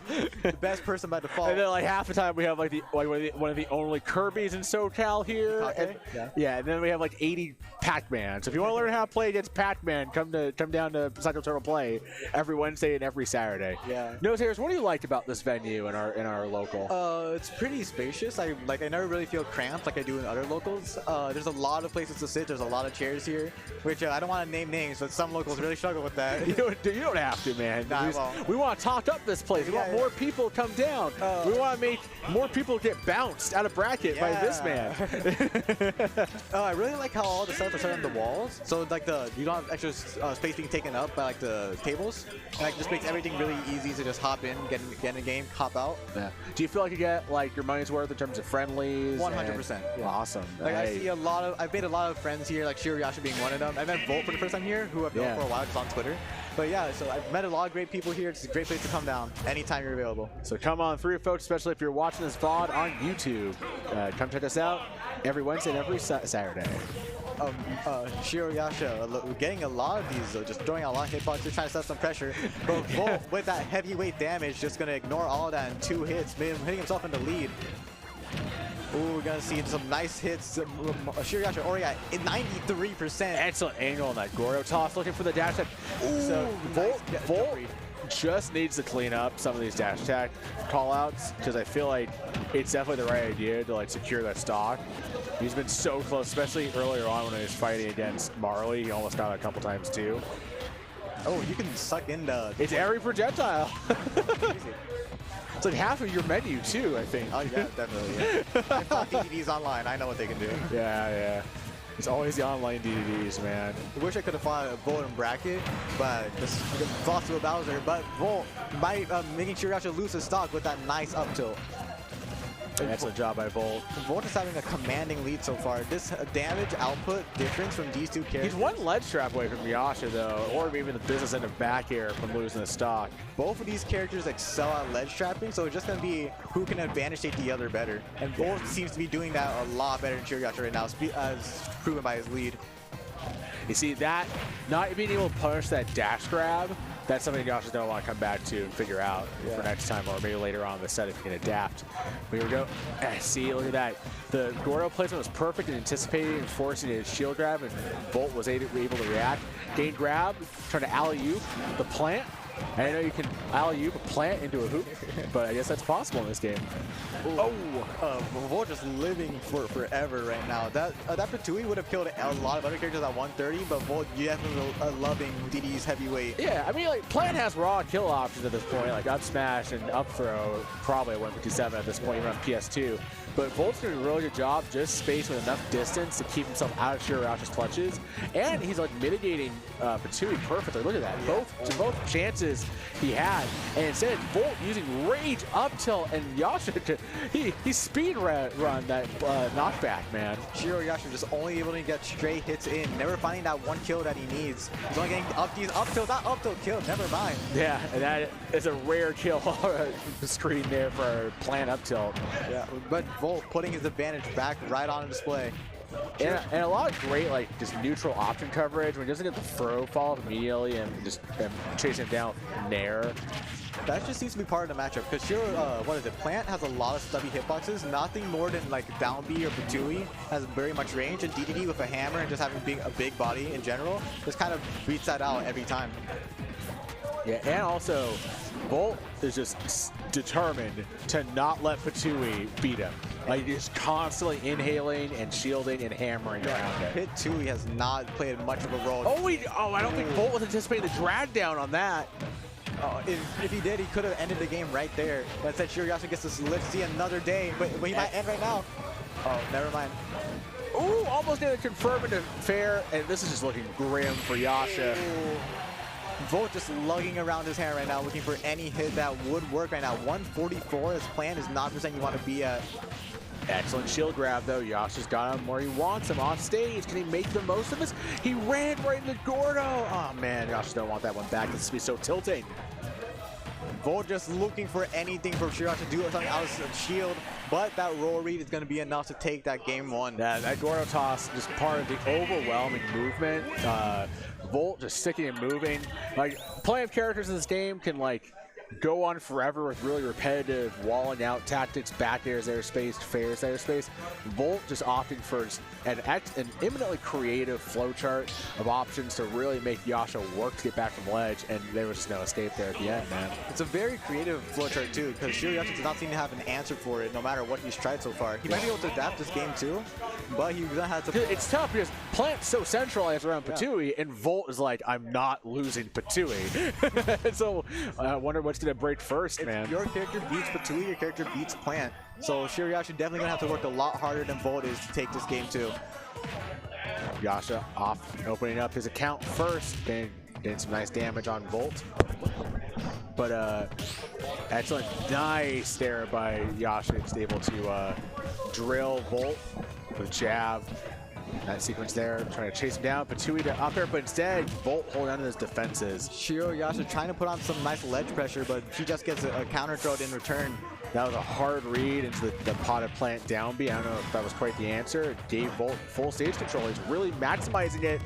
Oh, Shirayasha just hating being above Volt right now because he's just able to keep him there forever, it seems. Ooh, that up B, not being able to snap to ledge, and he dies for it with that heavy back air that DDD has. Being up, down, and around, Yasha just always in the bad way around Volt so far this set. Okay, and Volt is also starting to feel himself. A lot of these callouts are, oh my god. Volt is getting very greedy, but he has every right to so far because he's getting a commanding lead. Big space back here. Yasha's go super deep to get back to ledge and barely avoid the 2-frame dash attack. We're gonna see Volt just trying to make his way back to stage, but the simple. I don't think Plant's back air 2 frames, so that was interesting. Plant's back air is a terrible move, so it probably doesn't. It takes like a full second to complete, but it hits. It's like one of the hardest hitting back airs in the game. It definitely is, but that risk reward is not in Shirayasha's favor. He's been throwing it out a lot and hitting none of them for it, as we're seeing. That inhale was very funny. There was barely any benefit for Volt, and immediately Volt, just like in game 1, with a commanding lead. That's a nice meaty back air straight to Plant's face, taking that second stock. And Volt's game plan, just circling around repeated usage of pokes and Gordo to force shields is really paying out dividends. Yasha doesn't have an answer for it. Yeah, Volt is just great at just covering as many options as he can for as much pressure as possible. Just keeping Shirayasha just on the back end this entire set. Ooh, that would have been so clean. He tried to just take him up on for a ride. That's one roller coaster Yasha would not have returned back from. Shirayasha just looking for Patui again, not being able to hit it. The Patui counters the Gordo. Yeah, you knew exactly what Volt was going for. Trying to catch Yasha barely there, but still, Yasha still has some fight left in him. Nasty down B read, taking out second stock. Shirayasha still at a deficit, but still able to bring this back. And commentator just cursed. Nope, never mind. Ooh, that's armor knocking him out. I guess it's twice. I can't believe they hit twice. That's so unfortunate. And instead, there ain't no escaping that back air. Volt made sure to put it right on the money, right in the kisser. That bird is one away from a date with Marco. 3 nice swings, and that's all it took for Shirayasha to lose this game to Volt. Yeah, no, seriously, this is tough. Like, Volt just feels like he's really boxed in Yasha, and Yasha's trying to respond and turn. It's not really as much counterplay as flailing around. Plant does not seem to have the tools needed to counter this DDD. Well, that's part of it. I feel like Volt's doing such a good job anticipating what Yasha wants that it's almost like Volt's really playing to the player more so than the game or the character. Shirayasha does have some secondaries where he does change the way he plays, like Violet and Pyramitra. Right. And surprisingly, we haven't seen him bring him out because this plan does not seem to be working. But maybe he has confidence in his best character, and that's a very great mentality to have. So let's see if it pays off for him in this game 3. This is why they play the game, man. Yasha has turned it up. Like, he got a game off Marco that looked like hopeless. So, but Shirayasha definitely doing well. That was so tragic. The neck extends Plant's hitbox, and he wasn't able to recover. That was all because of that interaction. He wasn't able to recover from it either. Volt just totally mitigating Plant's ability to like fight back. As a fellow low tier main, that just sucks. All right, we're gonna see Shirayasha try to pull his own ledge trapping. Not gonna be able to do much off it though. Volt trying to get a pivot grab, missing 2 in a row, but just going back to throwing hitboxes. Shirayasha getting a back throw, not gonna kill though. Yeah, I mean, it's good to try to like get the king out there. Definitely take him for a ride. He will finally cinch in that stock nose hairs, but still. Big mountain to climb for Shirayasha right now. He's pretty decent though. Less than a 10% gap between these 2 players. Shirayasha just needs one opening, and this game could be his, which he seems to be finding right now. No, that Nair just saves Volt from any combo that Plant could have. I don't think Plant has many combos to begin with. So definitely not a ton of true combos, but that had the makings of something dangerous. Volt able to finally just cut it off with the pass. Just a single belly flop, and that he's safe from all Plants. I will say that Yasha's starting just to withdraw and wait on opportunities to use Patui. That might be part of the counterplay here for Plant. And there we go. Now Volt's starting to adjust to it. Just easy damage. F-Tilt putting him back off stage. Ooh, oh, the F-Tilt just counters the Patui, just putting him back in neutral. And almost like, I think it might have made his head intangible, which is why Gordo didn't work. Most likely, yeah. Jerry actually did nice weight, nice roll, barely avoiding that rocket hammer with the skin of his teeth. Yeeing the Penguin off stage. Nair to force him back again. Jerry actually just needs one decent hit and it will kill at 157. But instead, Volt just resets it, and now he's in the driver's seat when it comes to ledge trapping here. Shirio's in a very scary position right now. Oh, wow. And just picture-perfect masterful air drift from Volt is the difference right now. The plant's super armor with that down beat definitely going to come in clutch there as he takes the Gordo to take that second stock. Yeah, but still, Yasha just behind Volt. Staying his lead, down throw Nair. Gordo's out, almost lengthily going towards him. Shirio's looking very determined in the player camps right now, just looking for any way to wouldn't take this game in his favor. Volt loving these back airs as he does this entire set.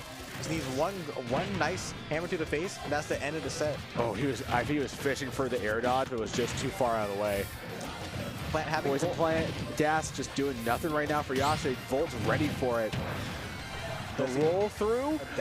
Oh my gosh, you almost have the snipe nose hairs.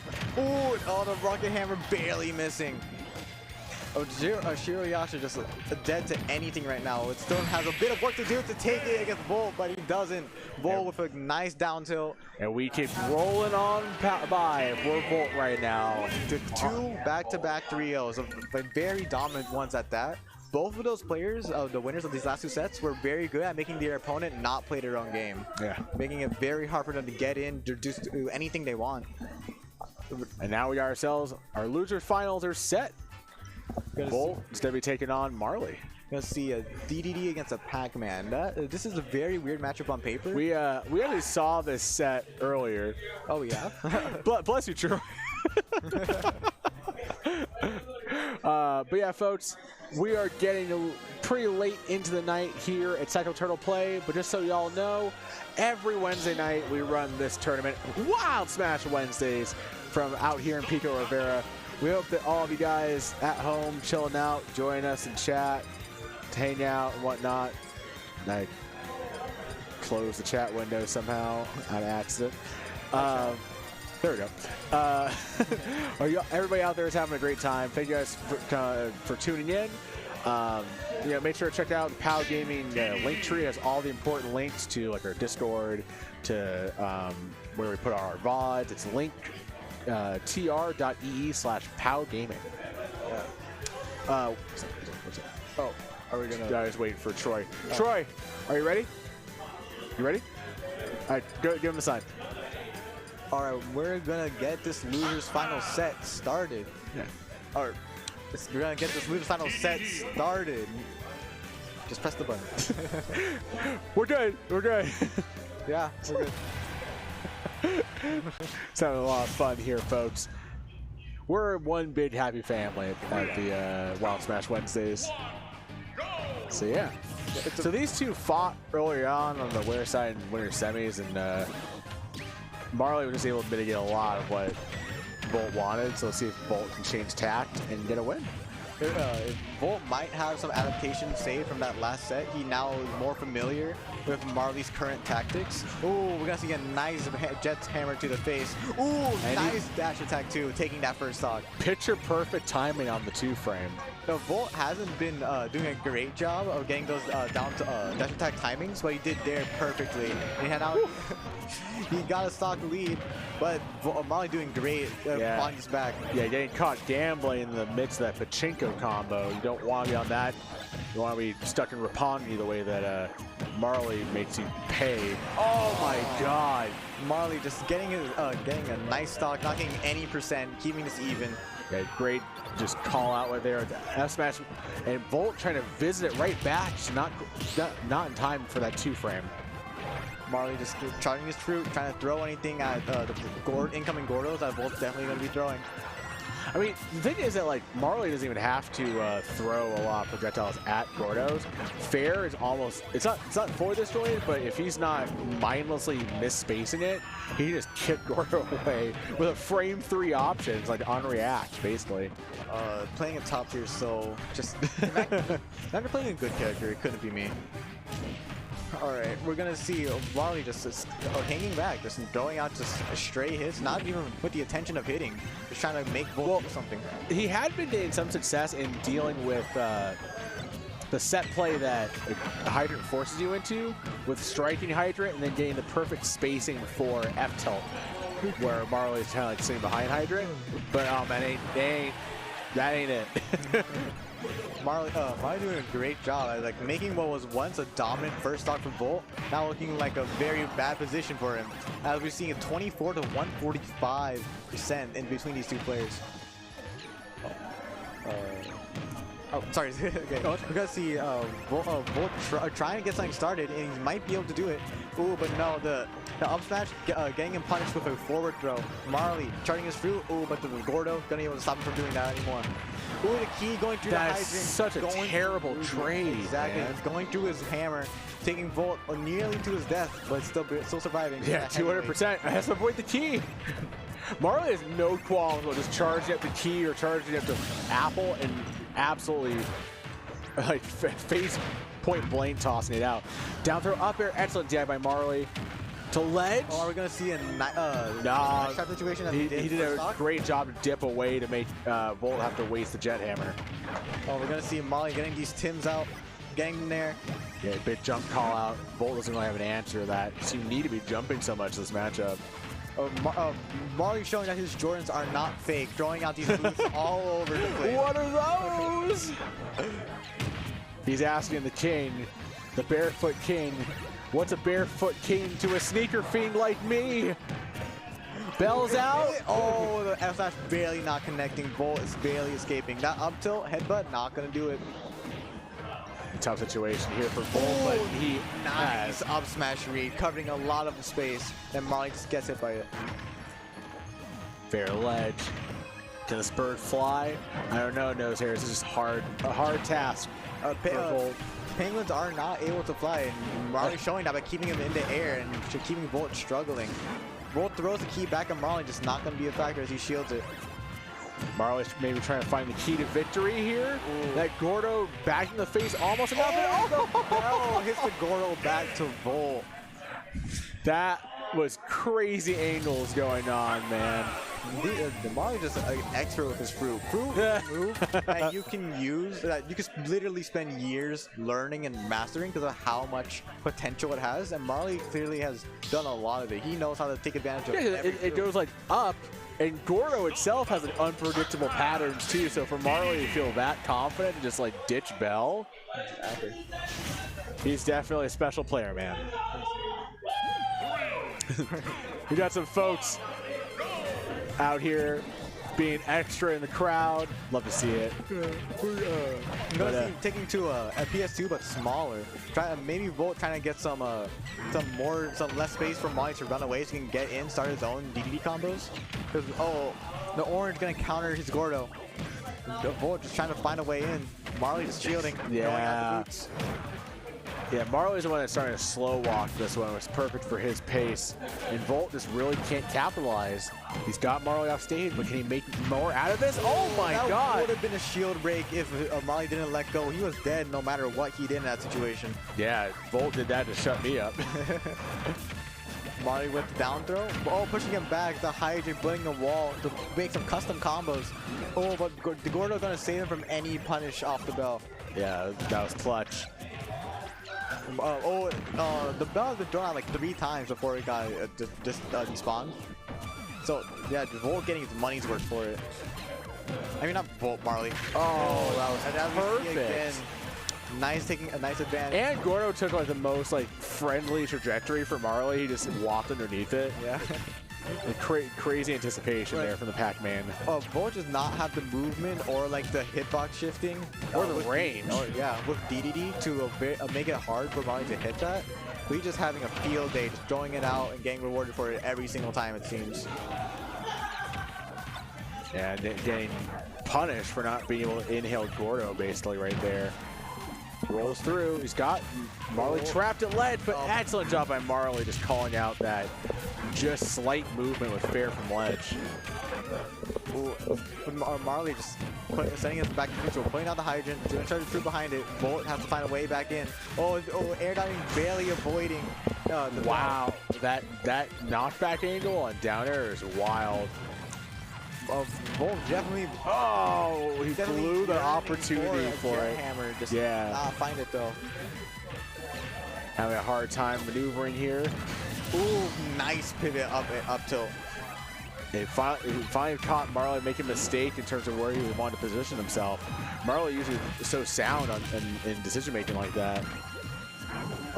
Just not having the spacing on that bag, you're gonna get a boot to the face for it. Just trying to just kind of keep throwing these Gordos, waiting for Marley to get hit, but camping from behind is not an effective strategy as we're seeing. Ooh, Marley with a nice wait for that back. It does allow him to find opportunities to shield poke, though, which is exactly what happened. As the shield decreases, Marley just gets more advantage, getting that forward F smash. Yeah. Yeah. Oh, Volt just looking for anything right now. Looking for a jab. It gets punched by the Galaxian. Or the Galaga. Galaxian. Oh. Yeah, right. It's okay. Does ledge trap? Ledge just waiting for it. He's not getting too brained by that Volt. Yeah, he knew his distances. And while there is a splash hitbox on the ground for DD S smash, it's not that far. Marley just in the air, just where Volt cannot catch him. Just keep. I feel like if you put DD's F smash on a bunch of different characters, they become like top tier. I mean, is it though? It's really slow. It's like Ganon's F smash, just like with the same arc but same speed too. Marley's really, you're right. Marley's really bossing Volt the final part of the stage here, but Volt trying to do his darndest. Get back to this one. Nope. But Volt knows if he gets hit by another one of those bells, that's it. His Goro might be the death of him as though. And Marley was able to re-pick up Bell too. And he go through the stage. Nice drop down up air, just not gonna get anything off it though. It might have destroyed the hydrant or took some damage. Boom, a headshot. Not quite enough to take care of this bird. Volt just very struggling, trying to find an idea and fast. Marley just lets him get past, but so tenaciously holding onto this last stock though. Bell's out and bombs away. Tim's to the face, and Marley progressing to a 2-0 lead here on Volt. This set might go the same way as we saw earlier in the night, where Volt just struggling to find his way against Marley. He was so patiently managing being trapped at ledge. It just took one errant bell angle, and that's all it needs. And that's Marley for you. He'll just go at it and go at it and go at it until he's worn you down. When that's what we're seeing from Volt, just he does not have an answer, looking kind of frustrated, just can't get past these bells that Marley's throwing out. And we're gonna find out if he can make the comeback happen here in game 3. Marley just throwing out hitboxes, just trying to get pressure Volt. Volt finding an opening. Nope, never mind, back to neutral. Nice space F tilt, yeah. Volt great with the spacing as we're seeing. Oh, trying to find another hit, trying to make this lead as big as he can. Gonna get a Gordo. Ooh, riding the wave, but gonna get punished for it. Gonna take these custom combos from Marley. And if you're wondering why Pac-Man wants to sit and shield so much, it's because of opportunities like that, where he's able to corner you using Hydrant. Pac-Man is a character that wants you to make a mistake, so he can punish you big time for it.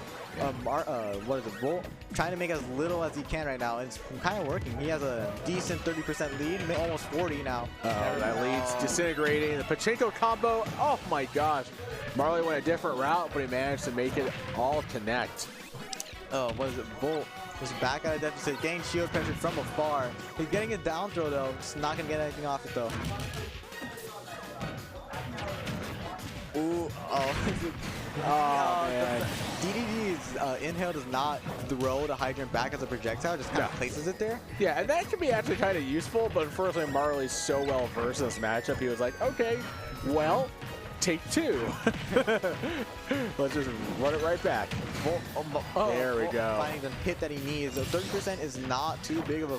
and sometimes you just find that hit in disadvantage where you're just trying to mash your way out. Yeah. Good job on Volt. Get back in this one. Nice reversals. Putting it at even percent. Ooh. Oh, and you felt like riding the wave there was the right call. I totally get it. But Marley was just able to like stare it down. Maybe it had a few more frames to charge. It might have broken the shield because of how much shield damage it does. Yeah. back at the opposite edges of the stage. Volt just wanting to back to go the distance. Back to the Krispy Kreme. There just ain't no business like this kind of business. Marley is really giving Volt the business, but Volt capitalizing with the alley-oop up air. Nearly Not killed. quite able to get that stock, man. Very nice awareness from Volt that we're seeing. You're gonna see a nice roll. No snipe there. Marley believes the iframes on side B anyway that would have gotten him through. Marley trying to challenge the Gordo, failing for it, and getting killed with a nice swing. It's usually often hard to punish Pac-Man for going for Hydrant, but Volt found it and then also found himself on that end of Angel Platform shenanigans. Really, Pac-Man does seem to be a very nice revenge killing character with the invincibility he gets from it, so he can just charge his fruit, find a key, find a bell, and just get an easy kill confirmed.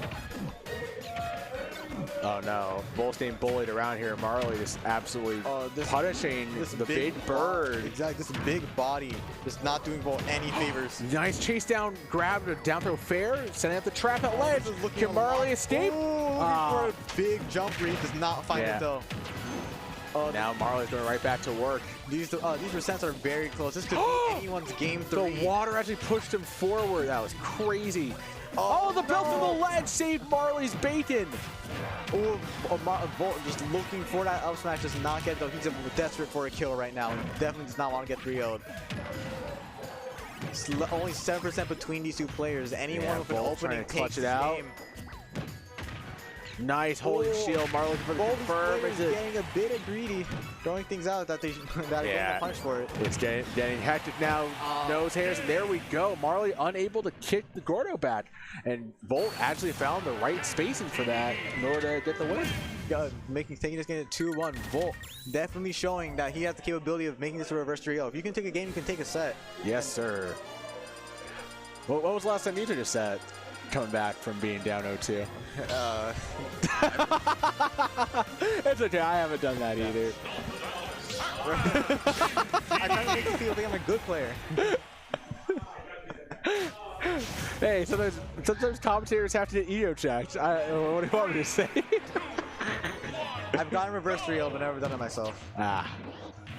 It'd be like that. And we are going back to PS2 because it be like that as well. Marley finding an opening there, using that fair. Pac-Man's fair is unfair. It's so good. Pac-Man getting all his money's worth for those Yeezys. Marley just throwing stuff out, getting a Volt. Might have gotten a quick Dragon combo, but he does not seem to be aware for it. Volt's gonna eat that orange. I like the Z drop there from Marley's in case the Hydrant has more water to go. Not quite. And the thing that bonus boot can charge and deflect projectiles is wild to me. Yeah, exactly. Exactly. Volt just throwing that bell back, but Marley didn't even prepare for it.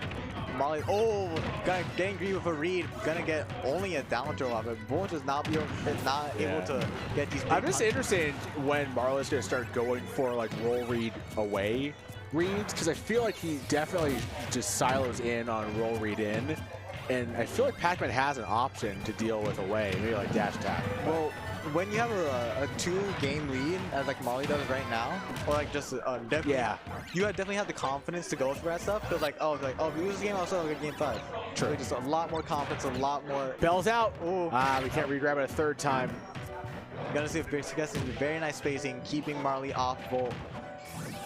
Oof, you can tell what Volt's thinking with that up air whiff, or up tilt whiff, and just not quite materialize it from the big bird. Marley, no way! It actually the weird release spaced out perfectly from Tuskey. That's brutal. That's a rare situation where not teching might have been optimal. Yeah. Marley trying to get something started, does not find it though. Goro's out. Marley's effortlessly gliding past it. Because Pac-Man's movement's goated. Pac-Man just using that nice get-offing tool in there. Just keeps stopping Volt from getting anything started. Yeah, the deficit is just mounting, man. Marley's putting Volt into debt. These stocks are going down. Can Volt reverse the pattern, though? Volt already a stock behind, full stock behind. He's been lapped in percent. Oh, okay. Here's an opportunity. Nah, he just let Marley recover the ledge free. Volt just seems to be scared. He does not want to get reversaled at all. Just playing it safe, playing it defensive. Just trying to find a single kill and then go back to neutral. Oh, looking for that back air. That's hitting nicely though. Not finding it. And Volt is very close to being in no man's land, down 2 stocks against Marley. If he can't solve this, he's not winning these projectile trades. Marley has brought a machine gun to a handgun fight. Well, yeah, exactly. Just Volt. Seemingly 2 at that with a hydrant and the fruit. Yeah, like Gordo is like wielding, nice fair from Volt. Gordo's like wielding like a musket where you have to load it with like musket balls, and Marley's got like a submachine gun. Like that's the difference. Keys out. Keys out. Not gonna be able to find a kill though, but Volt definitely knows he is not living much longer. His days are numbered on the stock. Exactly, that apple gonna do it. Just simple put. Yeah. He's dead. An apple a day keeps the King DDD away, and it's hard right now to see where Volt's gonna make this comeback happen, but I have faith in the big bird main. There's somebody who's got the mentality to make him a GOAT.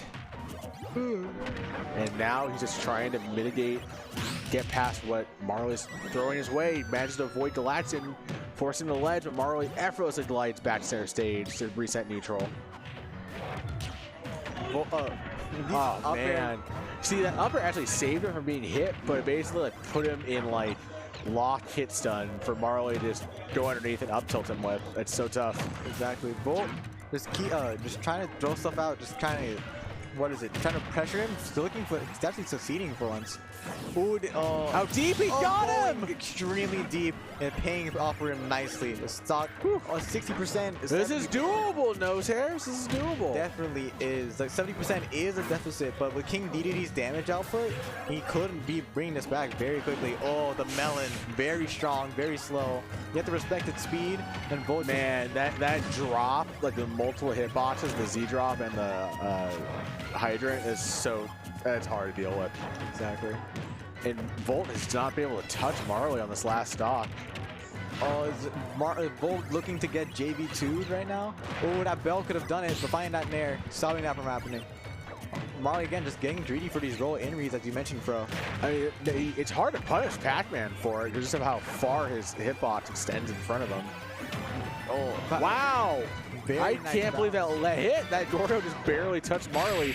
Oh, and he scoops him up the one time that Volt just got a little too careless on Marley's shield, and he's definitely on the business end of up smash. Yeah. And Marley, commanding 3-0, able to bring it back to fight Marco and Grands. Wow, so we can find the same person second place as always in these events. All right, but that is going to be the end of my commentary. My ride's here. I gotta go. Can you tell Volt to stick around for the top 3 photo on your way out? Yeah, all right. Thanks, I appreciate it. Yeah. Hey, Nose Hairs, where can the people check you out? You can find me on Twitter at NoseHairs420, and you can find me at these events almost every week. So yeah, just drop down here. Thanks, brother. I appreciate you doing comms with me. Yeah, you're welcome. No, I'm not the best, but try. I don't give a shit. You try, man. Yeah, all right. See you. Yeah. See you, man. See you, chat.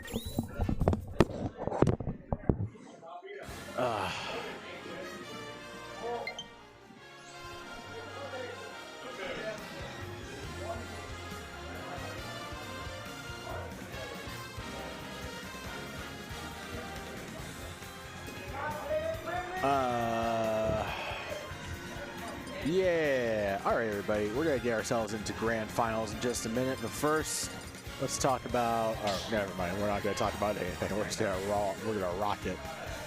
To be honest, I'm kind of cool with that. We're late in the night. We do this every Wednesday night for y'all. Broadcast this event, Wild Smash Wednesdays, live from Cycle Turtle Play in Pico Rivera, California. We are the best kept secret in SoCal, so come on through. Come compete, show your stuff, and fight the best. Here we go. So on winner's side, when this set happened, I believe Marco won either 3-0 or 3-1, pretty 3-0 convincingly. Just making it a really hard time for Marley to contest. But there we go. Nice 3-hit sequence, and then bomb opening up another fair. Try to use those bombs at the 2 frame and make it even so that Pac-Man can't survive. Marley had a hard time anti-airing Marco, but getting the grab. Marco setting up at center stage. Oh, okay, that was an interesting trajectory to go from bow and arrow. That bell caught him, but Marley had to stay stuck in shield. Wasn't able to punish the bell, stunned Marco. Also, admittedly, I'm kind of at the end of the night, so I'm a little bit tired, so hope you all enjoy mostly the play-by-play. Try to chase down Marley with a dash attack. Nice back there from Marco. Great option coverage. Try to pry on shield, but Marley was ready. That fair was picture perfect. Back here, perfectly spaced, able to contend with Marco's arrows, and Marley's holding down center stage. This could absolutely go the Pac-Man's way as he does connect the back air, take the first stock.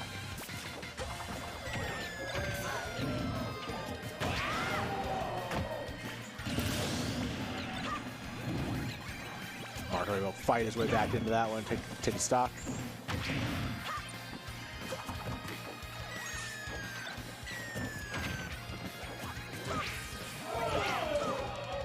Excellent back and forth between these two competitors. Bomb drop.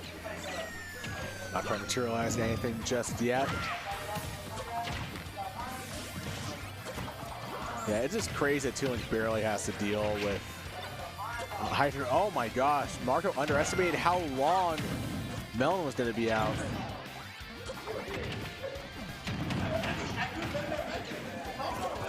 Go. Bear, no conversion off of Boom, right? Nice evasion by Marley, holding tight and shield, trying to narrow his way to victory. You're definitely gonna see a lot more rising aerials from Marley in this matchup, just in order to like mitigate Marco's usual spacing and timing advantage.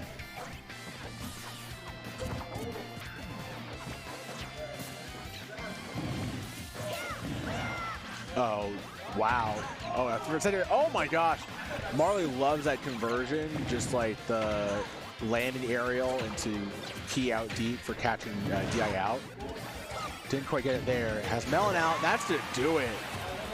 Marco getting punished for taking his time getting back to stage, and Marley had no time for that. Shield break? Oh, barely not. Getting chased down again. Marley getting blown up. Nice stall by Marley, but he got sent back into his own hydrant again. Nice chase out from Marco to try and maybe sky him with the up B to the ledge. Whoa, excellent job there by Marley to navigate that situation. An excellent up smash strike.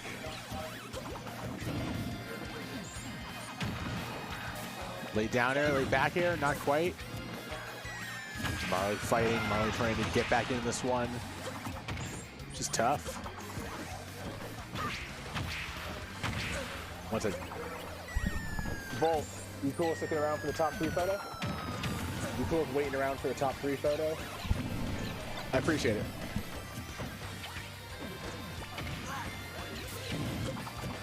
Just sit tight, Troy, I'll help you out in a minute. Oh man, nice fair here from Marley. Got the ball back again. Last stop situation, and there we go. Marley forging a path, and Marco definitely impressed with how things went. Themselves, Marley up 1 game. Now, of course, obviously Marley needs to win 5 more. I mean, that is easier said than done. Marco, obviously a SoCal PR Toon Link, and definitely trying to make his mark. So here we go, game number 2.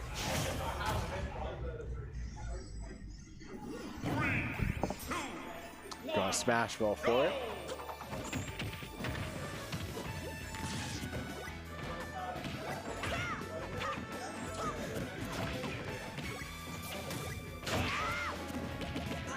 There we go.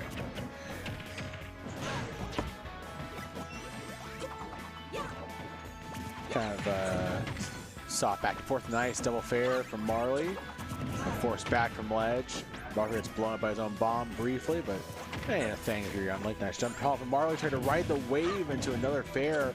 Since Marco able to immediately transition to his own vantage state. Forward throw, forcing the Pac-Man off stage.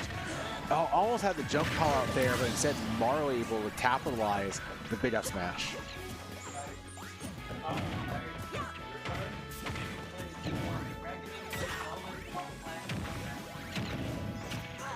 Orange out. Big drop. Wow, Marco just barely avoiding getting caught out for it. Nice fair from Marley. Marco striking down the hydrant. Marley can't even fathom rolling past him because of that. Up there not landing. You know Marco's gonna try and shark around Marley's post hydrant landing to that lingering up air. You can just taste it. Late down from Marley, forcing Marco away. Almost like a matador dealing with an angry bull in the form of a cell-shaded elf. Nice sequence there by Marley, but Marco just barely able to survive. It's very much all Marley in the early going to the set. Nice grab. Forward throw going out deep. Oh no, and Marco with a very uncharacteristic mistake, the air dodge deep. That cost him his stock. Marley going up 2-0 here, start things up, possibly. Unless Marco has anything to say about that. Out deep, can Marley get back to stage? Nope. There ain't enough distance on that trampoline to make it happen.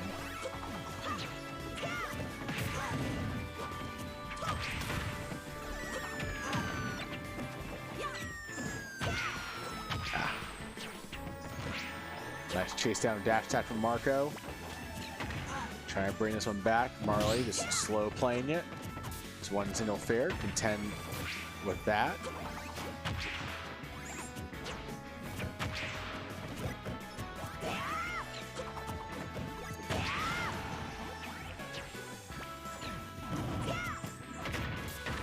I will say that Marley's had a better time landing here than he was on winner's side. The lingering hydrant not quite enough to put away Pac-Man. That up smash will do it. Marley wasn't able to space near ledge enough in order to snap to it.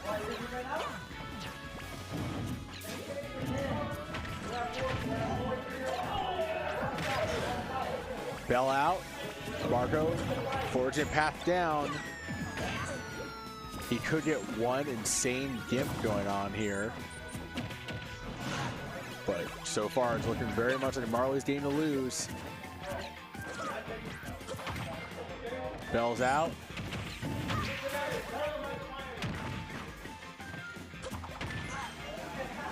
Big fair.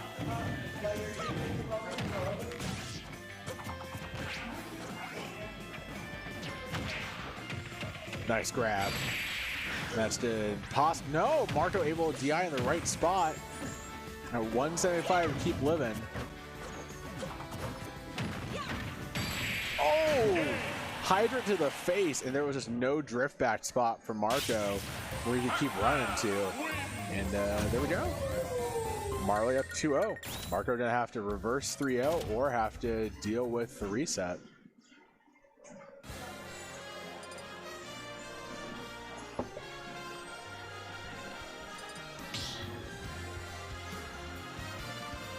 But yeah, folks, thank you all so much for joining us. Big shout outs also, or a reminder that if you get one of these loyalty cards, aside from the stamp, there's this QR code on the back. You can scan it. It brings up our link tree, which has all the information for all PAL gaming events, including our YouTube channel, our Discord, Twitter, and Instagram. And Instagram I'm usually a lot more active on for the team, but here we go. Game number 3. Marley can make the reset happen if he gets this win. Marco trying to avoid it.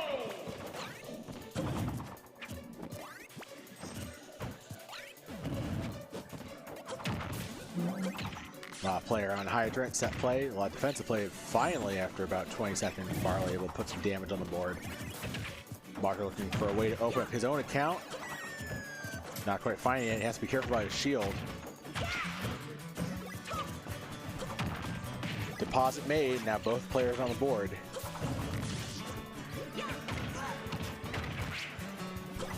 Marco tried to extend that advantage, which was down tilt. Just wasn't frame perfect enough. Marco has him off stage. Bomb toss just came a little too late. Remember, folks, both these players are actually playing for free entry to next Tuesday night's Land Hero or Super Land Hero event.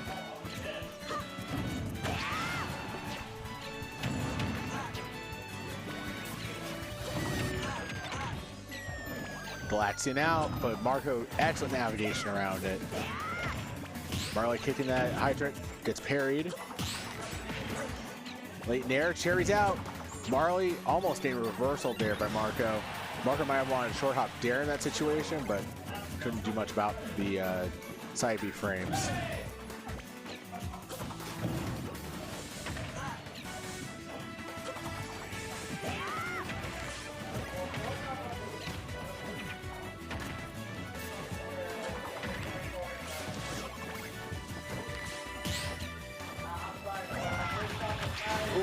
Got caught in the blender. Marley now finally suffering initial being behind, but immediately ties things back up.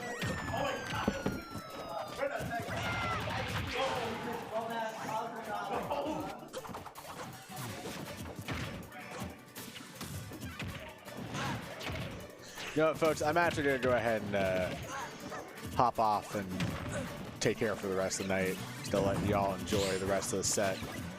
And yeah, y'all enjoy and keep a watch for the next tourney event, but otherwise, take care.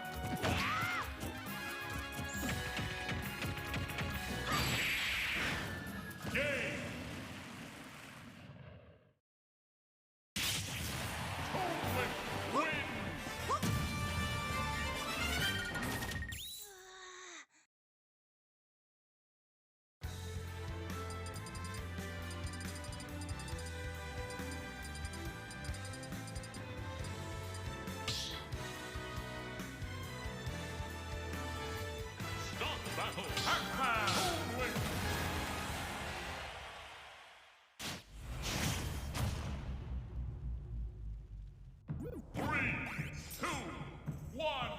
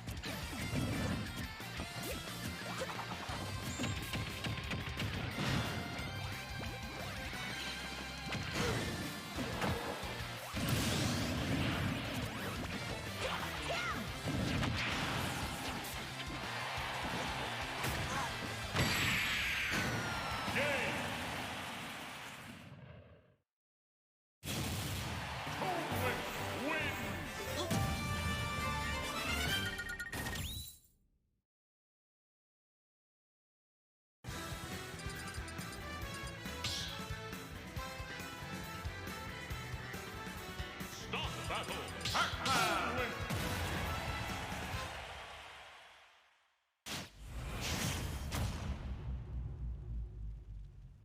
3, 2, 1, go!